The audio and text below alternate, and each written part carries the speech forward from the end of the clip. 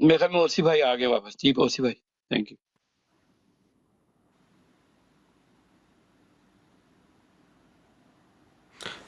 جی فہیم بھائی، میں بیسیکلی بات کو انڈرسٹینڈ کر گیا ہوں کہ ان کی انوالومنٹ یا یہ کس حد تک انجیکٹ ہو چکی ہیں کہ ہمارے جو پی ایچ ڈی اسکالرز ہیں یا جو ریسرچر ہیں وہ اسٹریٹ وے گورنمنٹ کے مطلب ایکسپینسز پہ وہ آؤٹ آف دی کنٹری جا کے اپنے آپ کو فردر جو ہے وہ مطلب ایکسپلور نہیں کر سکتے. تو اس چیز کا بہت بڑا ڈیفیسٹ ہے ان کے انوالومنٹ کا، میرے خیال میں یہی مین بات ہے. تو نہیں یہ نہیں ہے.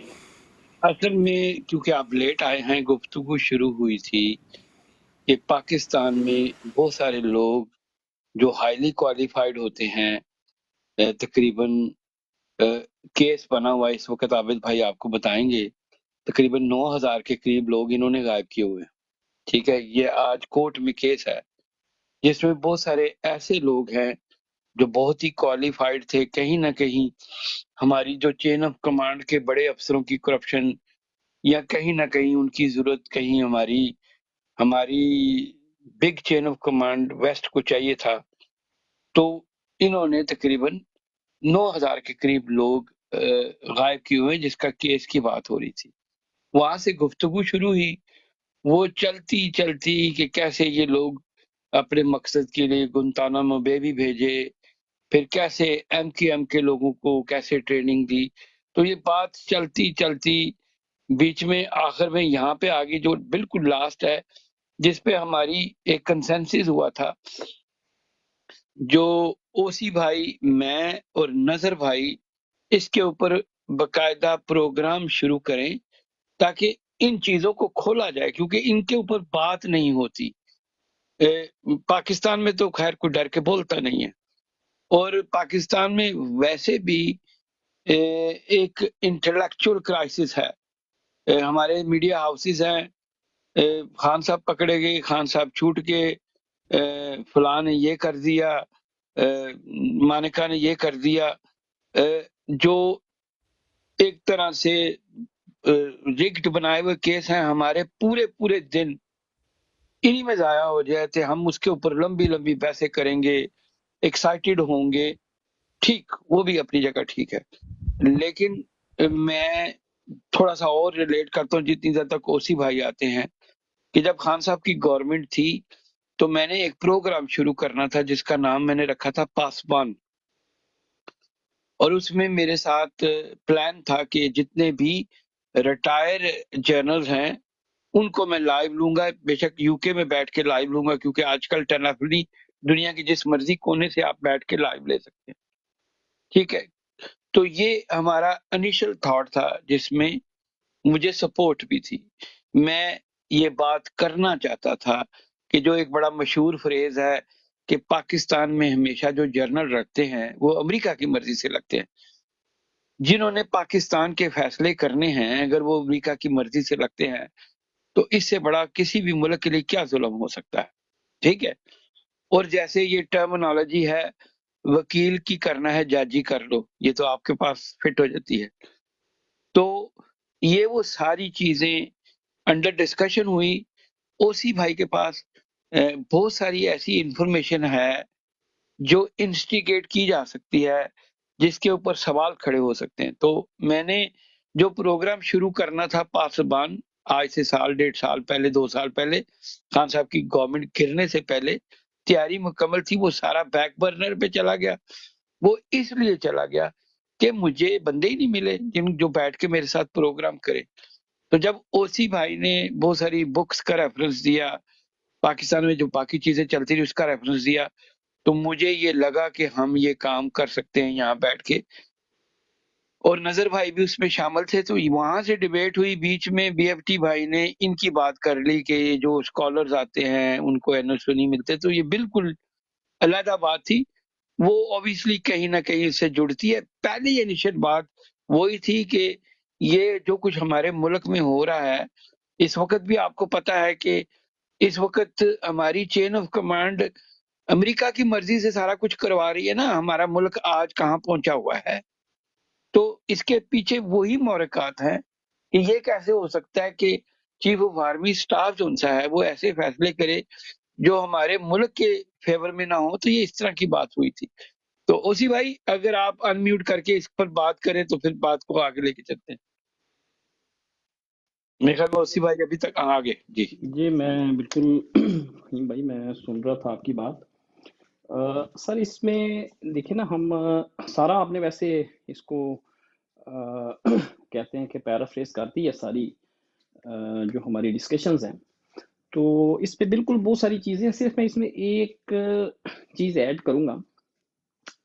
آپ نے جو اوورسیز انویسٹمنٹ کی بات کی رائٹ، آپ نے ایک ایگزامپل دی تھی. تو اس میں نا ہمارے پاس سب سے، میں نے شاید بات کی، میری شاید آپ نے بات اس وقت سنی نہیں سنی مجھے نہیں پتا. اس پہ پورا ایک آسٹریلین جو ہے نا ڈپارٹمنٹ آف فارن ٹریڈ، انہوں نے بڑا زبردست ایک 300 پیجز کا اس پہ ایک پیپر پبلش کیا تھا. اور وہ پرانا ان کا پبلش کیا، اسے سمجھ لیں کہ کم سے کم 15-18 سال پہلے کا، یعنی کہ اراؤنڈ 2000 کی بات ہے، کہ رائز جو چائنا کی رائز ہوئی ہے، جو رائز آف چائنا ہے، اس میں what is the role of overseas Chinese in the rise of China, right. تو آپ جیسے آپ نے کہا نا کہ آپ بندے لے کے گئے، وہاں آگے فوجی بیٹھے تھے. تو فوجی تو پوری جیسے جس طریقے سے پوری اسٹیٹ کو یرغمال بنایا ہے، تو ایک تو سبجیکٹ ہونا چاہیے کہ کیسے بنایا، اناٹمی آف پاور کو کس طریقے سے انہوں نے پیرالائز کیا ہے، کس طریقے سے انہوں نے اس کو ہوسٹیج بنا رکھا ہے، رائٹ. اور اس کی ریمیڈیز کیا ہیں، رائٹ. تو ایک تو یہ ہونا چاہیے ہمارا، اور یہ بڑا لمبا دائرہ ایک سبجیکٹ ہے. دوسرا کہ جو اوورسیز پاکستانی ہیں، مثال کے طور پہ ہم جس طریقے سے چائنیز ماڈل ہے، وہ پورا بلو پرنٹ جو ہے نا، پورے کا پورا ایک بلو پرنٹ موجود ہے کہ کس طریقے سے اوورسیز چائنیز نے چائنا کو اپ لفٹ کیا 80s میں، رائٹ. تو وہ ایک اسپیشل اکانومک زون کا ایک کانسیپٹ ہے. وہ اسپیشل اکانومک زون انہوں نے کیسے بنائے، انہوں نے کس طریقے سے ان کو ایکسیس دی، کیپٹل کس طریقے سے، انڈر ڈیولپڈ کیپٹل جو مارکیٹ تھی ان کی چائنیز کی، رائٹ، اس کو کیسے اپ لفٹ کیا، کس طریقے سے لوکل لیبر کو انڈکٹ کیا، اس کو ایکسپورٹ لیڈ اکانومی کس طریقے سے، پورا ایک بلو پرنٹ ہمارے پاس موجود ہے.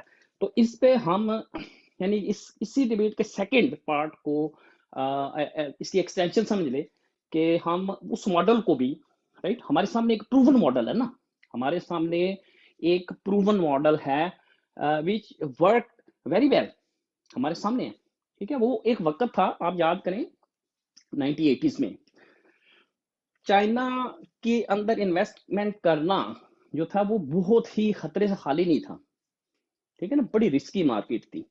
تو آپ کی جو کن شپ ہوتی ہے، ٹھیک ہے، آپ کے جو آباء و اجداد کی سرزمین ہے، جو آپ کی کن شپ ہے، وہ کن شپ کس طریقے سے آپ کو یہ اعتماد دیتی ہے کہ آپ ایک جو رسکی جگہ بھی ہے وہاں پہ اپنی انویسٹمنٹ لے کے جائیں، رائٹ.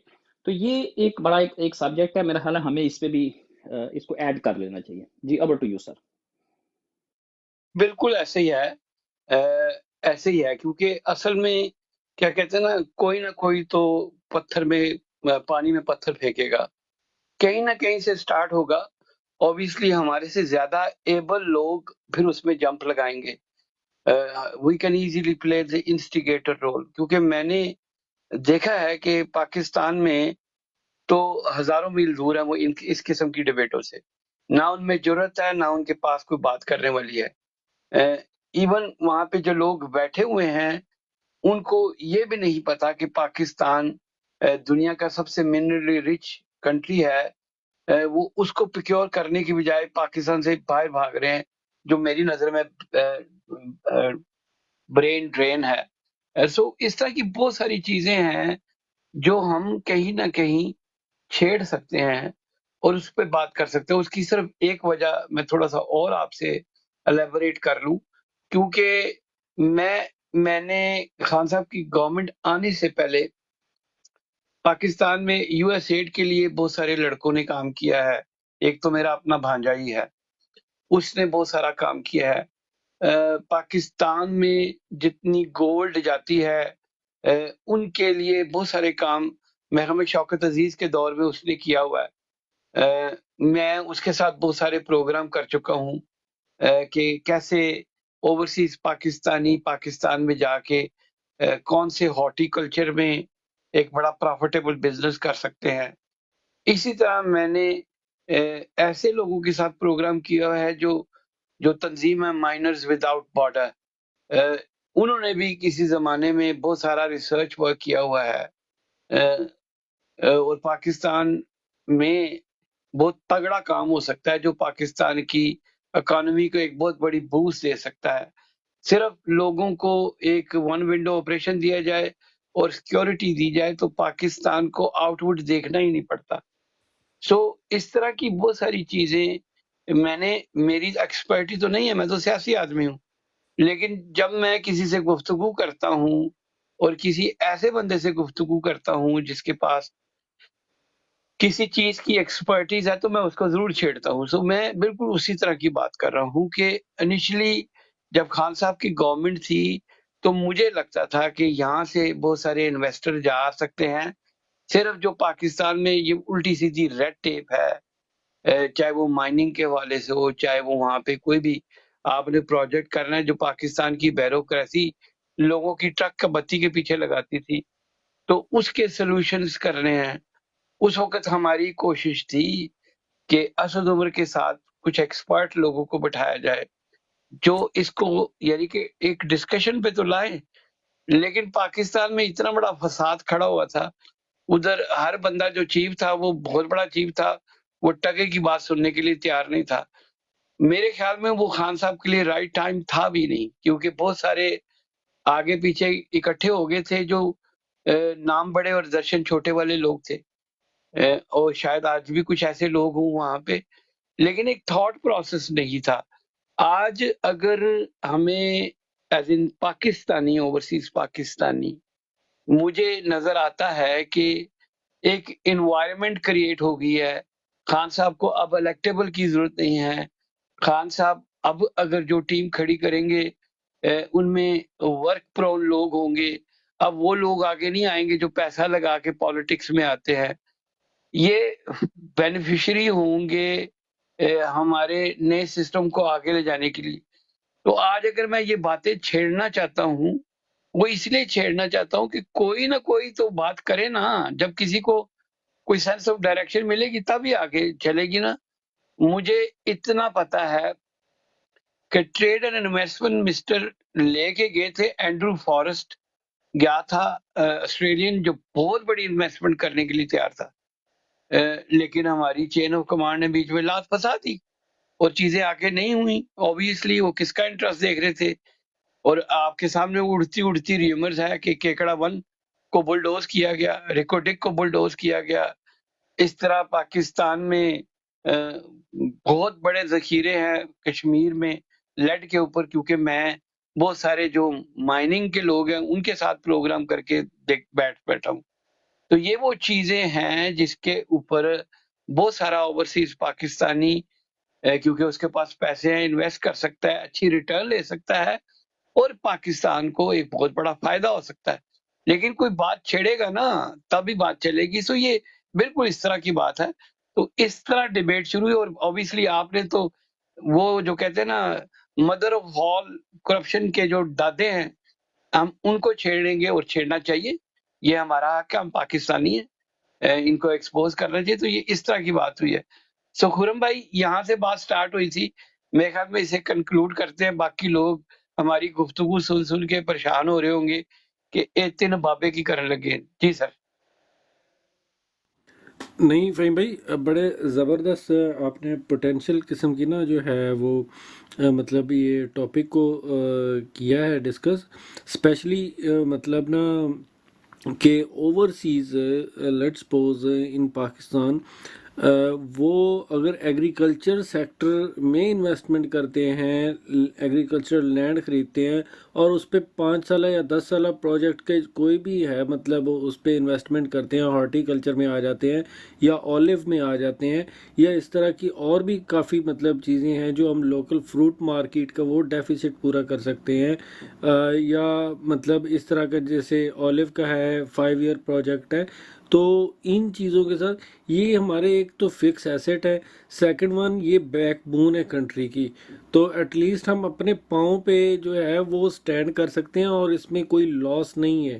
دیکھیں اس میں ہم 2 4 سال 5 سال ایک دو بندوں کو بٹھا کے ہم اس کو مطلب اس کو نورش کر سکتے ہیں، وہ گرو اپ ہوگی تو ڈیفینیٹلی ہم بھی اس میں ارن کریں گے، اور کنٹری میں جو ہے وہ اس چیز کا ڈیفیسٹ وہ کور ہو جائے گا۔ یہ ایک بڑا زبردست آپ نے پوائنٹ رائز کیا تھا۔ تو باقی یہ کہ نیکسٹ ٹاپک دیکھ لیں تو اس پہ چلتے ہیں انشاءاللہ۔ سے کنکلوڈ کرتے ہیں۔ اوسی بھائی آپ مجھے بتائیں، تھوڑا سا ریسرچ ورک کر لیتے ہیں، پہلے اس کو جب بتائیں گے سٹارٹ کر لیں گے sir. Over to ji you. Faheem بھائی، آپ نے بڑا اچھا ویسے اس کو کنکلیوڈ تو کر ہی دیا، ساری ہماری جو ڈسکشن ہے، تو باقی اس کی جو آگے مڈیلٹیز ہیں ہم دیکھ لیں گے تو انشاءاللہ۔ تو اوور ٹو یو سر۔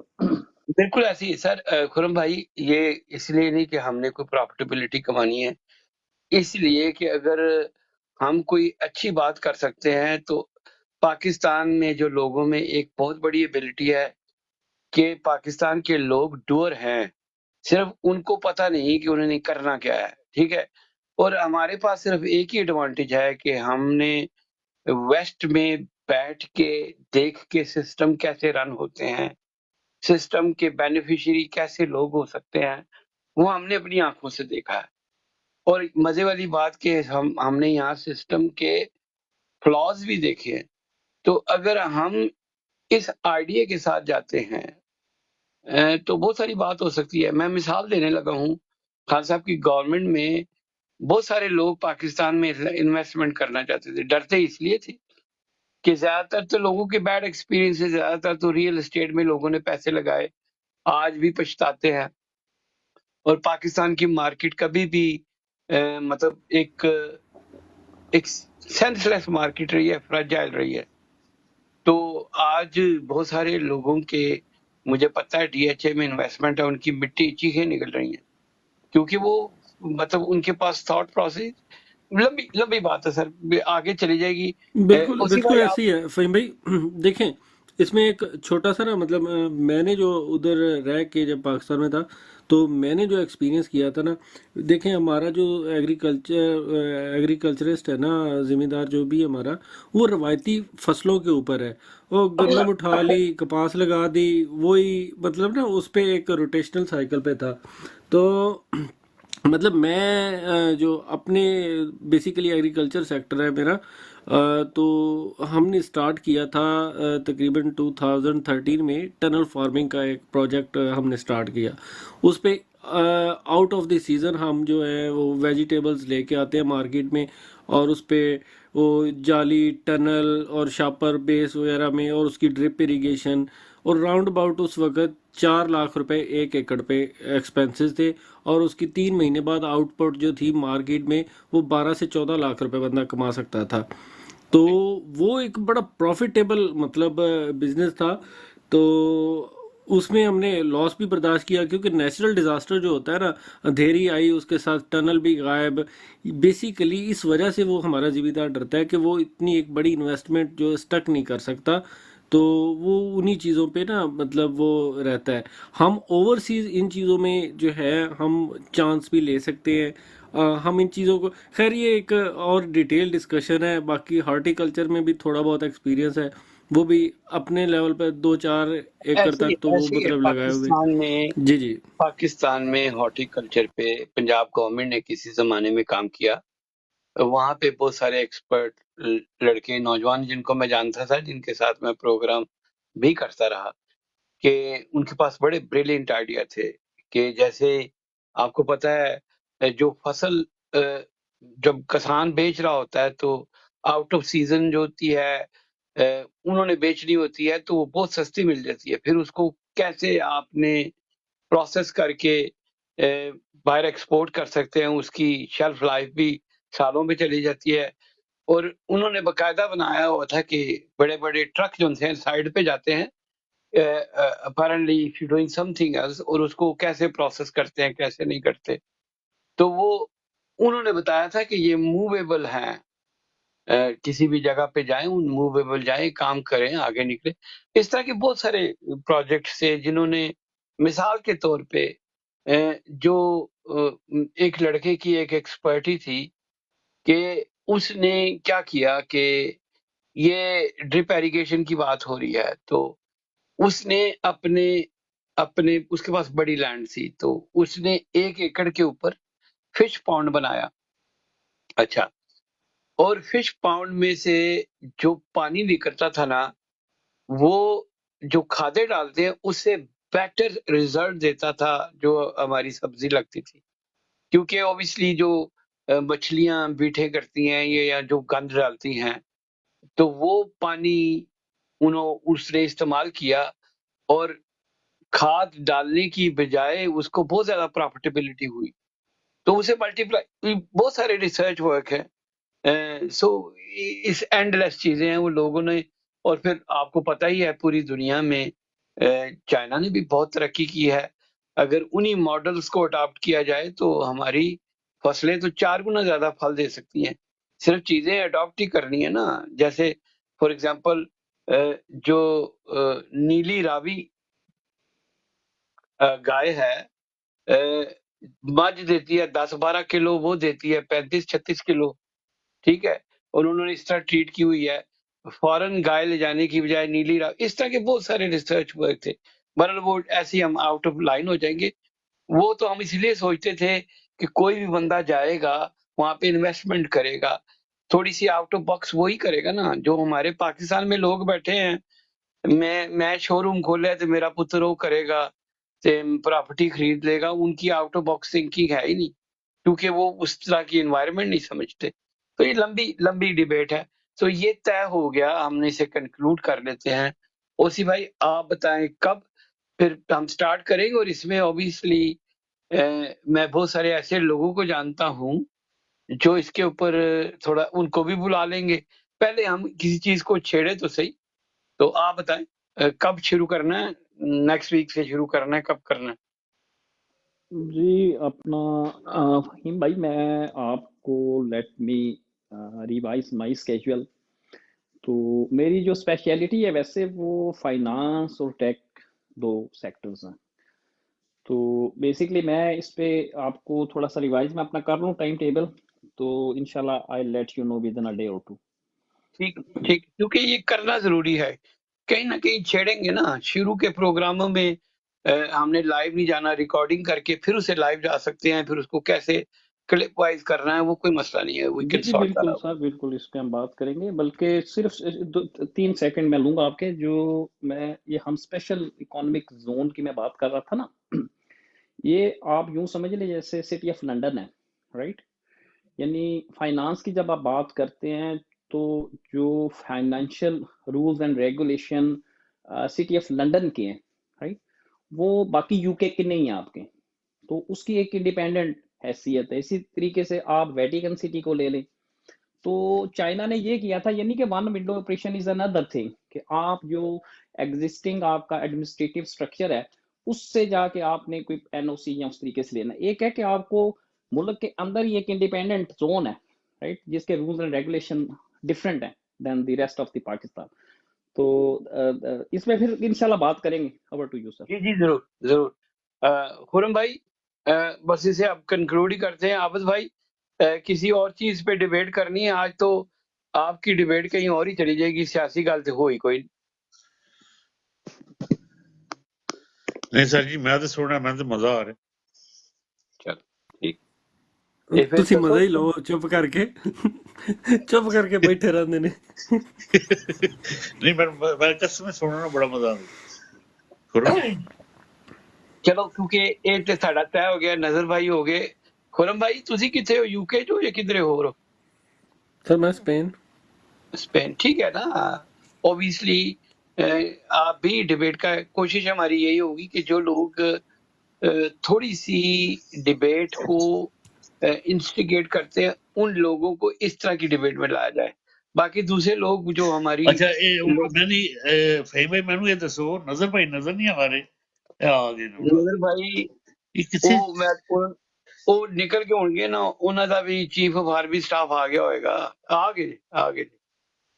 ਹੁਣ ਚੁੱਪ ਰਹਿੰਦੇ ਨੇ, ਮੈਨੂੰ ਨਜ਼ਰ ਨਹੀਂ ਆ ਰਿਹਾ ਸੀ ਚੱਕਰ ਕੀ ਹੈ। ਨਹੀਂ ਲਗਾ ਨਹੀਂ ਭਾਈ ਤੁਸੀਂ ਨਜ਼ਰ ਨਹੀਂ ਸੀ ਆ ਨਹੀਂ ਮੈਂ ਅਸਲ ਦੇ ਵਿੱਚ ਨਾ ਕੰਪਿਊਟਰ ਤੋਂ ਲੌਗਇਨ ਹੋਇਆ ਸੀ, ਤੁਹਾਨੂੰ ਨਜ਼ਰ ਨਹੀਂ ਸੀ ਆ ਰਿਹਾ, ਲੇਕਿਨ ਮੈਂ ਸੁਣ ਰਿਹਾ ਸਾਰੀ ਗੁਫ਼ਤਗੂ। ਉਹ ਮੇਰੇ ਉਹ ਛੇੜਦੇ ਨਾ ਮੈਂ ਨਾਲ ਕੁਝ ਕੰਮ ਕਰ ਰਿਹਾ ਸੀ, ਉਸ ਚੱਕਰ ਦੇ ਵਿੱਚ ਫਿਰ ਉਹ ਅਸੀਂ ਹੁਣ ਮੁਕਾਣਾ ਹੈ।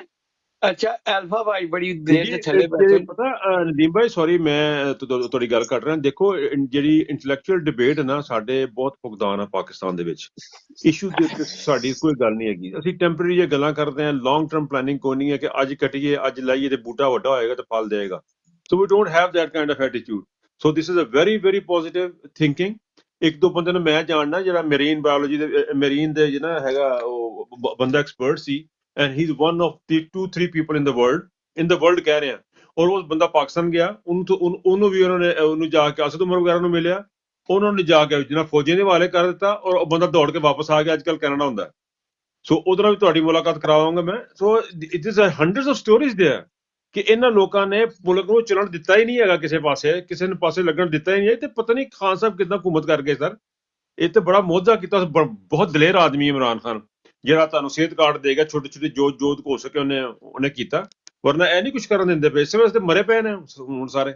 But anyway you have to start this debate, it's a wonderful thing to do. ਇਹ ਪਾਕਿਸਤਾਨ ਦੇ ਵਾਸਤੇ ਤੁਹਾਨੂੰ ਅੱਲਾ ਨਸਲਾਂ ਤੁਹਾਨੂੰ ਦੁਆ ਦੇਣਗੀਆਂ। ਤਿਆਰੀ ਕਰ ਲਓ। ਓਸੀ ਭਾਈ ਕੋਲ ਪੂਰਾ ਰਿਸਰਚ ਵਰਕ ਹੈ। ਤੁਸੀਂ ਫਿਰ ਵੀ ਨੋ ਐਗਜ਼ਿਟ ਟੂ ਪਾਕਿਸਤਾਨ ਤੁਸੀਂ ਵੀ ਦੇਖ ਲਿਓ, ਪੜ੍ਹ ਲਓ। ਮੈਂ ਨਹੀਂ ਜੇ ਪੜ੍ਹਨੀ ਹੈ, ਤੁਸੀਂ ਪੜ੍ਹਨੀ, ਮੈਂ ਸਵਾਲ ਕਰਨੇ। ਨਹੀਂ ਮੈਂ ਉਹ ਕਰ ਲਈ ਸੀ, ਮੇਰੇ ਫੋਨ ਦੇ ਉੱਤੇ ਹੈ, ਮੈਂ ਉੱਠਦਾ ਬੈਠ ਤੋਂ ਥੋੜੀ ਥੋੜੀ ਕਰਕੇ ਪੜਾਂਗਾ। ਠੀਕ ਹੈ। ਤੇ ਖੁਰਮ ਸ਼ਹਜ਼ਾਦ ਭਾਈ ਤੁਸੀਂ ਦੱਸੋ ਤੇ ਕਨਕਲੂਡ ਕਰੀਏ, ਬੁਕਾਈਏ ਬਰਾਡਰ। ਸਰ ਵੇਖੋ ਖਾਨ ਸਾਹਿਬ ਦੇ ਦੌਰ ਵਿੱਚ ਨਾ ਮਤਲਬ ਜਿਹੜੇ ਫਾਰਮਰ ਸੀ ਨਾ, ਫਾਰਮਰ ਨੂੰ ਇੰਨਾ ਕੁ ਰਿਲੀਫ ਮਿਲਿਆ ਨਾ ਕਿ ਸ਼ੂਗਰ ਮਿਲ ਜਿਹੜਾ ਮਾਫੀਆ ਸੀ ਨਾ, ਇਹ ਪੂਰਾ ਮਾਫੀਆ ਸੀ ਕਿ ਮਤਲਬ ਇੱਕ ਗੰਨੇ ਦੀ ਪੇਮੈਂਟ ਸਾਲ ਵਿਚਾਰੇ ਨੂੰ ਉਹ CPR ਦੇ ਕੇ ਜ਼ਲੀਲ ਕਰਦੇ ਸੀ। ਉਹਨਾਂ ਨੂੰ ਇਨ ਟਾਈਮ ਵਿਦਇਨ 24 ਆਵਰ ਉਹਨਾਂ ਨੂੰ ਪੇਮੈਂਟ ਹੋ ਰਹੀ ਸੀ। ਫਿਰ ਇੱਕ ਫੈਸਲਾਬਾਦ ਦੇ ਵਿੱਚ ਅਯੂਬ ਰਿਸਰਚ ਸੈਂਟਰ ਐਗਰੀਕਲਚਰ ਦਾ ਇੱਕ ਮਤਲਬ ਅਦਾਰਾ, ਅਤੇ ਸਰ ਉਹਨਾਂ ਦੀ ਇੰਨੀ ਕੁ ਜ਼ਬਰਦਸਤ ਜਿਹੜੀ ਸੀ ਨਾ ਉਹ ਐਫਰਟ ਚੱਲ ਰਹੀ ਸੀ ਕਿ ਉਹ ਹਰ ਏਰੀਆ ਨੂੰ ਵਿਜ਼ਿਟ ਕਰਕੇ ਸੋਇਲ ਸਾਇੰਸਿਸ ਦੇ ਹਵਾਲੇ ਨਾਲ ਮਤਲਬ ਮਿੱਟੀ ਦੇ ਸੈਂਪਲ ਲੈ ਰਹੇ ਸੀ ਉਸ ਟਾਈਮ ਦੇ ਵਿੱਚ ਕਿ ਭਈ ਅਸੀਂ ਤੁਹਾਨੂੰ ਦੱਸਨੇ ਆ। 20 ਰੁਪਏ ਉਹ ਲੈ ਰਹੇ ਸੀਗੇ ਉਹਦੀ ਰਿਸਰਚ ਦੇ ਕਿ ਮਤਲਬ ਅਸੀਂ ਐਕਸਪੈਰੀਮੈਂਟ ਕਰਕੇ ਦੱਸਦੇ ਹਾਂ ਤੁਹਾਨੂੰ ਯੂਰੀਆ ਦੀ ਜ਼ਰੂਰਤ ਹੈ, ਪੋਟਾਸ਼ ਦੀ ਜ਼ਰੂਰਤ ਹੈ, ਕਿਹਦੀ ਜ਼ਰੂਰਤ ਹੈ, ਉਹ ਤੁਸੀਂ ਖਾਦ ਪਾਓ। ਲੇਕਿਨ ਸਰ ਉਹ ਹਰ ਚੀਜ਼ ਹੀ ਉਂਝ ਹੀ ਕੁਆਇਟ ਹੋ ਗਈ ਹੈ। ਮਤਲਬ ਅਪਡੇਟ ਤਾਂ ਮਿਲਦੀ ਰਹਿੰਦੀ ਹੈ ਨਾ, ਕਰੋ ਕੋਈ ਚੀਜ਼ ਦਾ ਸਰ ਚੱਕਰ ਹੀ ਨਹੀਂ ਹੈ। ਮਤਲਬ ਇਹ ਸਿਰਫ ਡੰਡੇ ਦੇ ਨਾਲ ਹੀ ਇਹ ਸਾਰਾ ਕੰਮ ਠੀਕ ਰਹਿੰਦਾ। ਅਤੇ ਖਾਨ ਸਾਹਿਬ ਨੇ ਉਹ ਬੜਾ ਜ਼ਬਰਦਸਤ ਕੰਮ ਰੱਖਿਆ ਸੀ। ਅਤੇ ਫਿਰ ਮੈਂ ਨਾ ਕਿ ਉਹ ਬੰਦਾ ਸ਼ੇਰ ਖੁਦਾ ਦਾ ਕਿ ਉਹ ਦੇ ਗਿਆ ਇਹਨਾਂ ਨੂੰ ਹੈਲਥ ਕਾਰਡ। ਅਤੇ ਹੁਣ ਇਹਨਾਂ ਨੂੰ ਮਤਲਬ ਸਾਡੀ ਪਬਲਿਕ ਨੂੰ ਵੀ ਅਹਿਸਾਸ ਹੋਇਆ ਕਿ ਯਾਰ ਸਾਡੇ ਨਾਲ ਪਹਿਲੇ ਕੀ ਡਰਾਮਾ ਹੁੰਦਾ ਰਿਹਾ ਅਤੇ ਐਕਚੁਅਲ ਸਰਵਿਸਿਜ਼ ਕੀ ਹੁੰਦੀਆਂ ਨੇ, ਸਾਡੀ ਬੇਸਿਕ ਨੀਡ ਕੀ ਹੈ। ਸਾਨੂੰ ਪੁਲਾਂ ਅਤੇ ਸੜਕਾਂ ਦੇ ਮਗਰ ਹੀ ਲਾਈ ਰੱਖਿਆ। ਮੈਂ ਬਿਮਾਰ ਹਾਂ, ਮੇਰੇ ਪੇਟ 'ਚ ਦਰਦ ਹੈ, ਮੈਨੂੰ ਹਸਪੀਟਲ ਦੀ ਜ਼ਰੂਰਤ ਹੈ। ਇਹਨਾਂ ਨੇ ਉਹੀ ਮੋਟਰਵੇ ਤੇ ਐਟਮ ਨਵਾਜ਼ ਸ਼ਰੀਫ ਦੇ 2 ਕੰਮ। ਇਸ ਨਾਲ ਚਲੋ ਮਾਸ਼ਾਅੱਲਾ ਕਾਫੀ ਟਾਈਮ ਹੋ ਗਿਆ, ਮੈਂ ਵੀ ਬੈਠੇ ਹਾਂ, ਥੋੜੀ ਗੱਲ ਇੱਕ ਹੋਰ ਵੀ ਐਡ ਕਰ ਛੋੜਨ ਨਾਲ। ਮਾਸ਼ਾਅੱਲਾ ਹੁਣ ਜਿਹੜੇ ਫੌਜੀ ਭਾਈ ਨਾ ਜਿਹੜੇ ਮਤਲਬ ਹੁਣ ਰੀਸੈਂਟਲੀ ਰਿਟਾਇਰ ਹੋਣ ਲੱਗੇ ਨੇ ਆਸਤਾ ਜਿਹੜੇ ਛੋਟੇ ਤਬਕੇ ਨੇ ਬੰਦੇ ਨੇ, ਉਹ ਵੀ ਆਪਣੇ ਬੱਚਿਆਂ ਨੂੰ ਇਹੀ ਚੀਜ਼ ਦੱਸ ਰਹੇ ਨੇ ਵੀ ਅੱਗੇ ਜਿਸ ਤਰ੍ਹਾਂ ਮਤਲਬ ਸਾਡੀ ਜਿਸ ਤਰ੍ਹਾਂ ਪਿਛਲਾ ਮਹੀਨਾ ਜਾਂ 3 ਹਫ਼ਤੇ ਪਹਿਲੇ ਮਤਲਬ ਗੱਲ ਕਰ ਰਹੇ ਸਾਂ ਵੀ ਸਾਡੀ ਵੀ ਸੋਚ ਹੁੰਦੀ ਸੀ ਵੀ ਮਤਲਬ ਜਿਹੜੇ ਪਾਕਿਸਤਾਨ 'ਚ ਬੈਠੇ ਨੇ, ਜਿਹੜੇ ਫੈਮਿਲੀ ਦੇ ਬੰਦੇ ਬੈਠੇ ਨੇ, ਵੀ ਸਾਡੇ ਬੱਚੇ ਅਗਰ ਵੱਡੇ ਆਰਮੀ 'ਚ ਸਨ ਜਾਂ ਫੌਜ ਵਿੱਚ ਸਨ ਤਾਂ ਸਾਡੇ ਮਤਲਬ ਉਹਨਾਂ ਦੇ ਵੀ ਬੱਚੇ ਵੀ ਫੌਜ ਜਾਣਗੇ ਜਸਨ। ਤਾਂ ਹੁਣ ਉਹ ਸੋਚ ਵੀ ਮੈਂ ਆਪਣੀ ਫੈਮਿਲੀ ਦੀ ਗੱਲ ਕਰ ਰਿਹਾ, ਬਾਹਰ ਨਹੀਂ ਤਾਂ ਨਹੀਂ, ਇੱਕ ਪ੍ਰੈਕਟੀਕਲੀ ਤੱਕਿਆ ਮੈਂ। ਜਿਹੜਾ ਮੇਰੇ ਰੀਸੈਂਟਲੀ ਬੰਦਾ ਇੱਕ ਰਿਟਾਇਰ ਹੋਇਆ, ਉਸ ਆਖਿਆ ਜੀ ਮੈਂ ਆਪਣਾ ਬੱਚਾ ਕਦੇ ਫੌਜ 'ਚ ਨਾ ਜਾਣ ਦੇਣ ਲੱਗਾ, ਕਿਉਂਕਿ ਜਿਹੜੀ ਦਲਾਲਤ ਮੈਂ ਤੱਕੀ ਆ ਮੈਂ ਆਪਣੇ ਬੱਚੇ ਕੀ ਨਾ ਤੱਕਣ ਦੇਣ ਲੱਗਾ। ਤਾਂ ਉਹ ਮਾਸ਼ਾਅੱਲਾ ਉਹਨਾਂ ਦੇ ਬੱਚੇ ਨੋਰਮਲ ਸਕੂਲ ਲੱਗੇ ਜਾਣ, ਆਪੂ ਰਿਟਾਇਰ ਹੋ ਗਏ ਤਾਂ ਉਹਨੂੰ ਬਦਵਾਵਾਂ ਲੱਗੇ ਦੇਣ ਬਹਿ ਕੇ। ہر ایک گل انہیں دسی انہیں آخیا بھی ساڈا اتنا کوڈ سی کہ اسی اپنی وائف نال نہ سا گل کر سکتے بھی اسی کتنے آواں تو کتنے نہ، سانوں اینی اجازت نہیں سی، اسی نہ چاہنے کل ساڈے بچیاں نال بھی یہ چیز ہوئے۔ حرم بھائی تسی جاری رکھو۔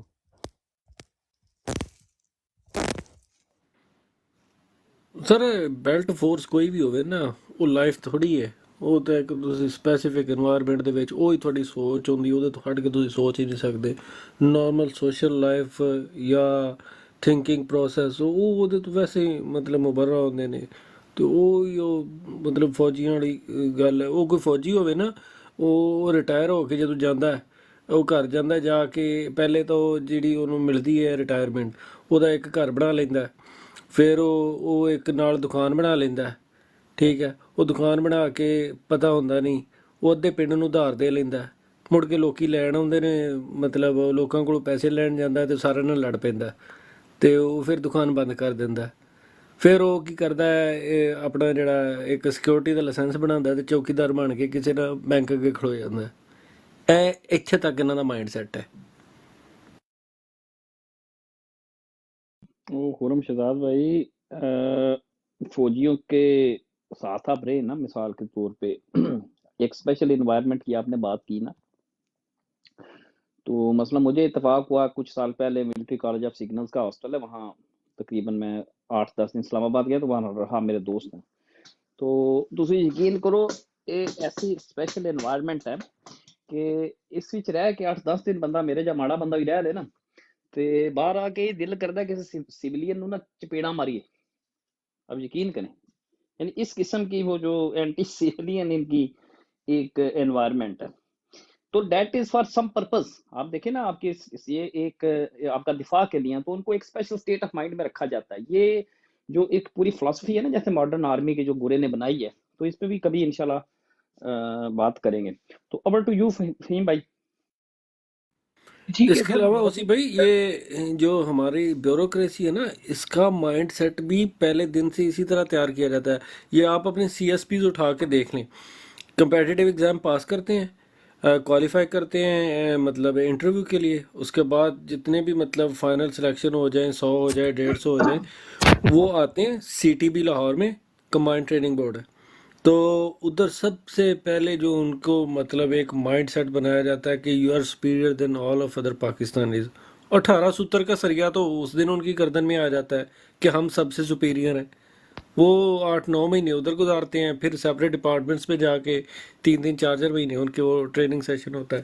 تو یہ پیرالل جو ہے نا، سویلین کی طرف بھی اور ملٹری کی طرف بھی، یہ دونوں طرف ہی ایک اسپیسیفک مائنڈ سیٹ بنایا جاتا ہے، جس میں وہ جو نیچے عام پبلک ہے نا، وہ ان کے لیے یہ چھوٹے چھوٹے نعوذ باللہ خدا بن جاتے ہیں۔ تو یہ بڑا ایک ڈفرینٹ ٹاپک ہے، تو انشاءاللہ اس پہ بھی ہوتی رہے گی ساتھ ساتھ۔ باقی کوئی نیا بالکل ٹاپک فہیم بھائی آپ جنریٹ بالکل کریں۔ بالکل یہ ہونا اس لیے چاہیے کہ یہ لوگ ہیں نا جو ہمارے شہروں میں یہ سارا کچھ کرتے ہیں، اور پھر جو پولیس تھانے بکتے ہیں، وہ بھی تو ایک بہت بڑا سبجیکٹ ہے نا۔ جی محمد شاہ صاحب، تو سر جی باقی لوگوں کو انوالو کریں، ہم تو ویسے ہی نان سٹاپ بولنے والے لوگ ہیں۔ جی ٹھیک ہو گیا جی۔ میں اس جو مدعے کی بات ہے نا، جو ہمارے فیملی ممبر جو ریٹائرمنٹ ہوئے نا، تو میں نے مطلب کچھ عرصے کے بعد ان سے کویشچن کیا نا کہ سناؤ کیسی رہی زندگی۔ تو ابھی آپ کا کیا ہے کہ خان صاحب بھی ماشاءاللہ اس وقت تھے، مطلب اپنی حکومت ان کے دور میں، تو الحمدللہ ابھی بھی ہے ہمارے دلوں میں، ویسے ہی ہے جیسے کل تھے، کیونکہ ہم تو کل بھی ان کے ساتھ ہیں، آج بھی ان کے ساتھ ہیں، اور انشاءاللہ رہیں گے بھی۔ تو بات جب میں نے پوچھی نا، میں نے بولا بھی ابھی بتاؤ، ابھی تو ریٹائر ماشاءاللہ ہو گیا، سب کچھ ہو گیا، تو آپ سے میں کویشچن کرتا ہوں کہ کیا خان صاحب بہتر ہیں یا دوسرے میاں صاحب بہتر ہیں؟ تو انہوں نے جو مجھے جواب دیا نا، یقین مانے کوئی انہوں نے ہجک کے بعد نہیں کی، انہوں نے سب سے بڑا جو ہمارے پاکستان کا غدار ہے نا، یہ ہے، جن کے نیچے ہم نے رہ کے اتنے سال گزارے ہیں، تو ہماری آنکھیں تو کھل گئی ہیں، لیکن ابھی کیا کریں، ہماری مجبوری تھی، چھوٹے چھوٹے بچے تھے، ہم مجبوری 2-4 سال جو رہ گئے تھے گزار دی ہیں۔ تو ابھی جو زندگی ہماری گزر گئی ہے، اس کو بدوائیں ملے گی، دعائیں اس کو کبھی نہیں ہماری جوڑیوں سے ملیں گی۔ یہ اس کے الفاظ سے جب میرے ساتھ اس نے فون پہ بات کی. فہیم بھائی ایک ٹاپک آ رہا ہے مائنڈ میں، بڑا زبردست قسم کا ٹاپک آ رہا ہے.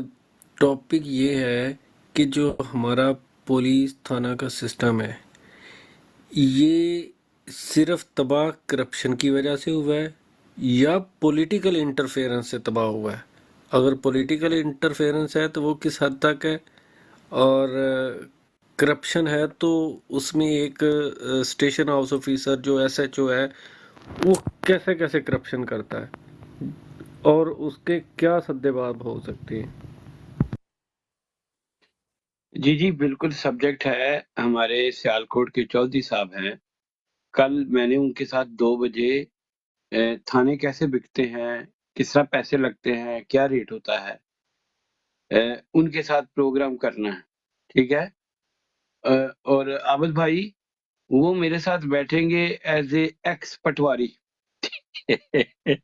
ٹھیک ہے کہ وہ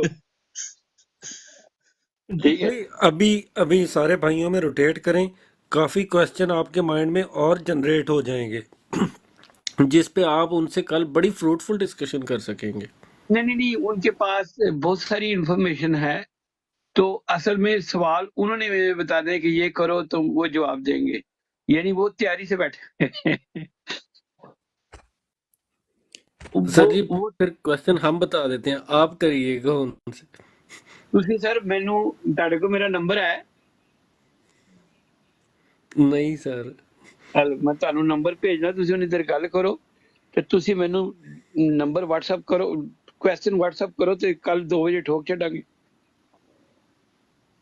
اوکے سر ڈن ہو گیا. ਉਨੀ ਦੇਰ ਤੁਸੀਂ ਗੱਲ ਕਰੋ ਨਾ ਆਬਦ ਭਾਈ، ਮੈਂ ਉਨੀ ਦੇਰ ਚ ਕੰਮ ਕਰਨਾ. جی اچھا اچھا میں عابد ایک بھائی منٹ سر خرم تسی بھائی اپنا خرم ایکسپیرینس دسو. عابد بھائی جی جی. میرا ایکسپیرینس جڑا ہے نا اوسی بھائی دا رلدا ہے، اور مینوں لگدا ہے کہ میں اور اوسی بھائی ایکو پیج تے. میں جڑا نا اج میرے نال کوئی شاف ہوا ہے وہ اوسی بھائی دے نال میرا جڑا سلسلہ رلدا ہے. ندیم بھائی آپ بڑا خاموش ہیں یار، آپ بولے نہیں. ندیم بھائی آپ تو دکان بھی بند ہے. ندیم بھائی دھیمے. جی عابد بھائی بات کریں، میں سن رہا ہوں. پاس بندہ سویا ہوا میں جو بول کچھ ہوا ہے وہ اب آپ نے جو سنا ہے اتنی دیر سے سن رہے ہیں، میں بھی سن رہا تھا، یہ سارے بول رہے تھے، خرم بھی بول رہا تھا. عابد بھائی کیسا عابد بھائی لگا؟ چلو آپ نے ایک ڈسکس ہی منٹ کرنے ہیں.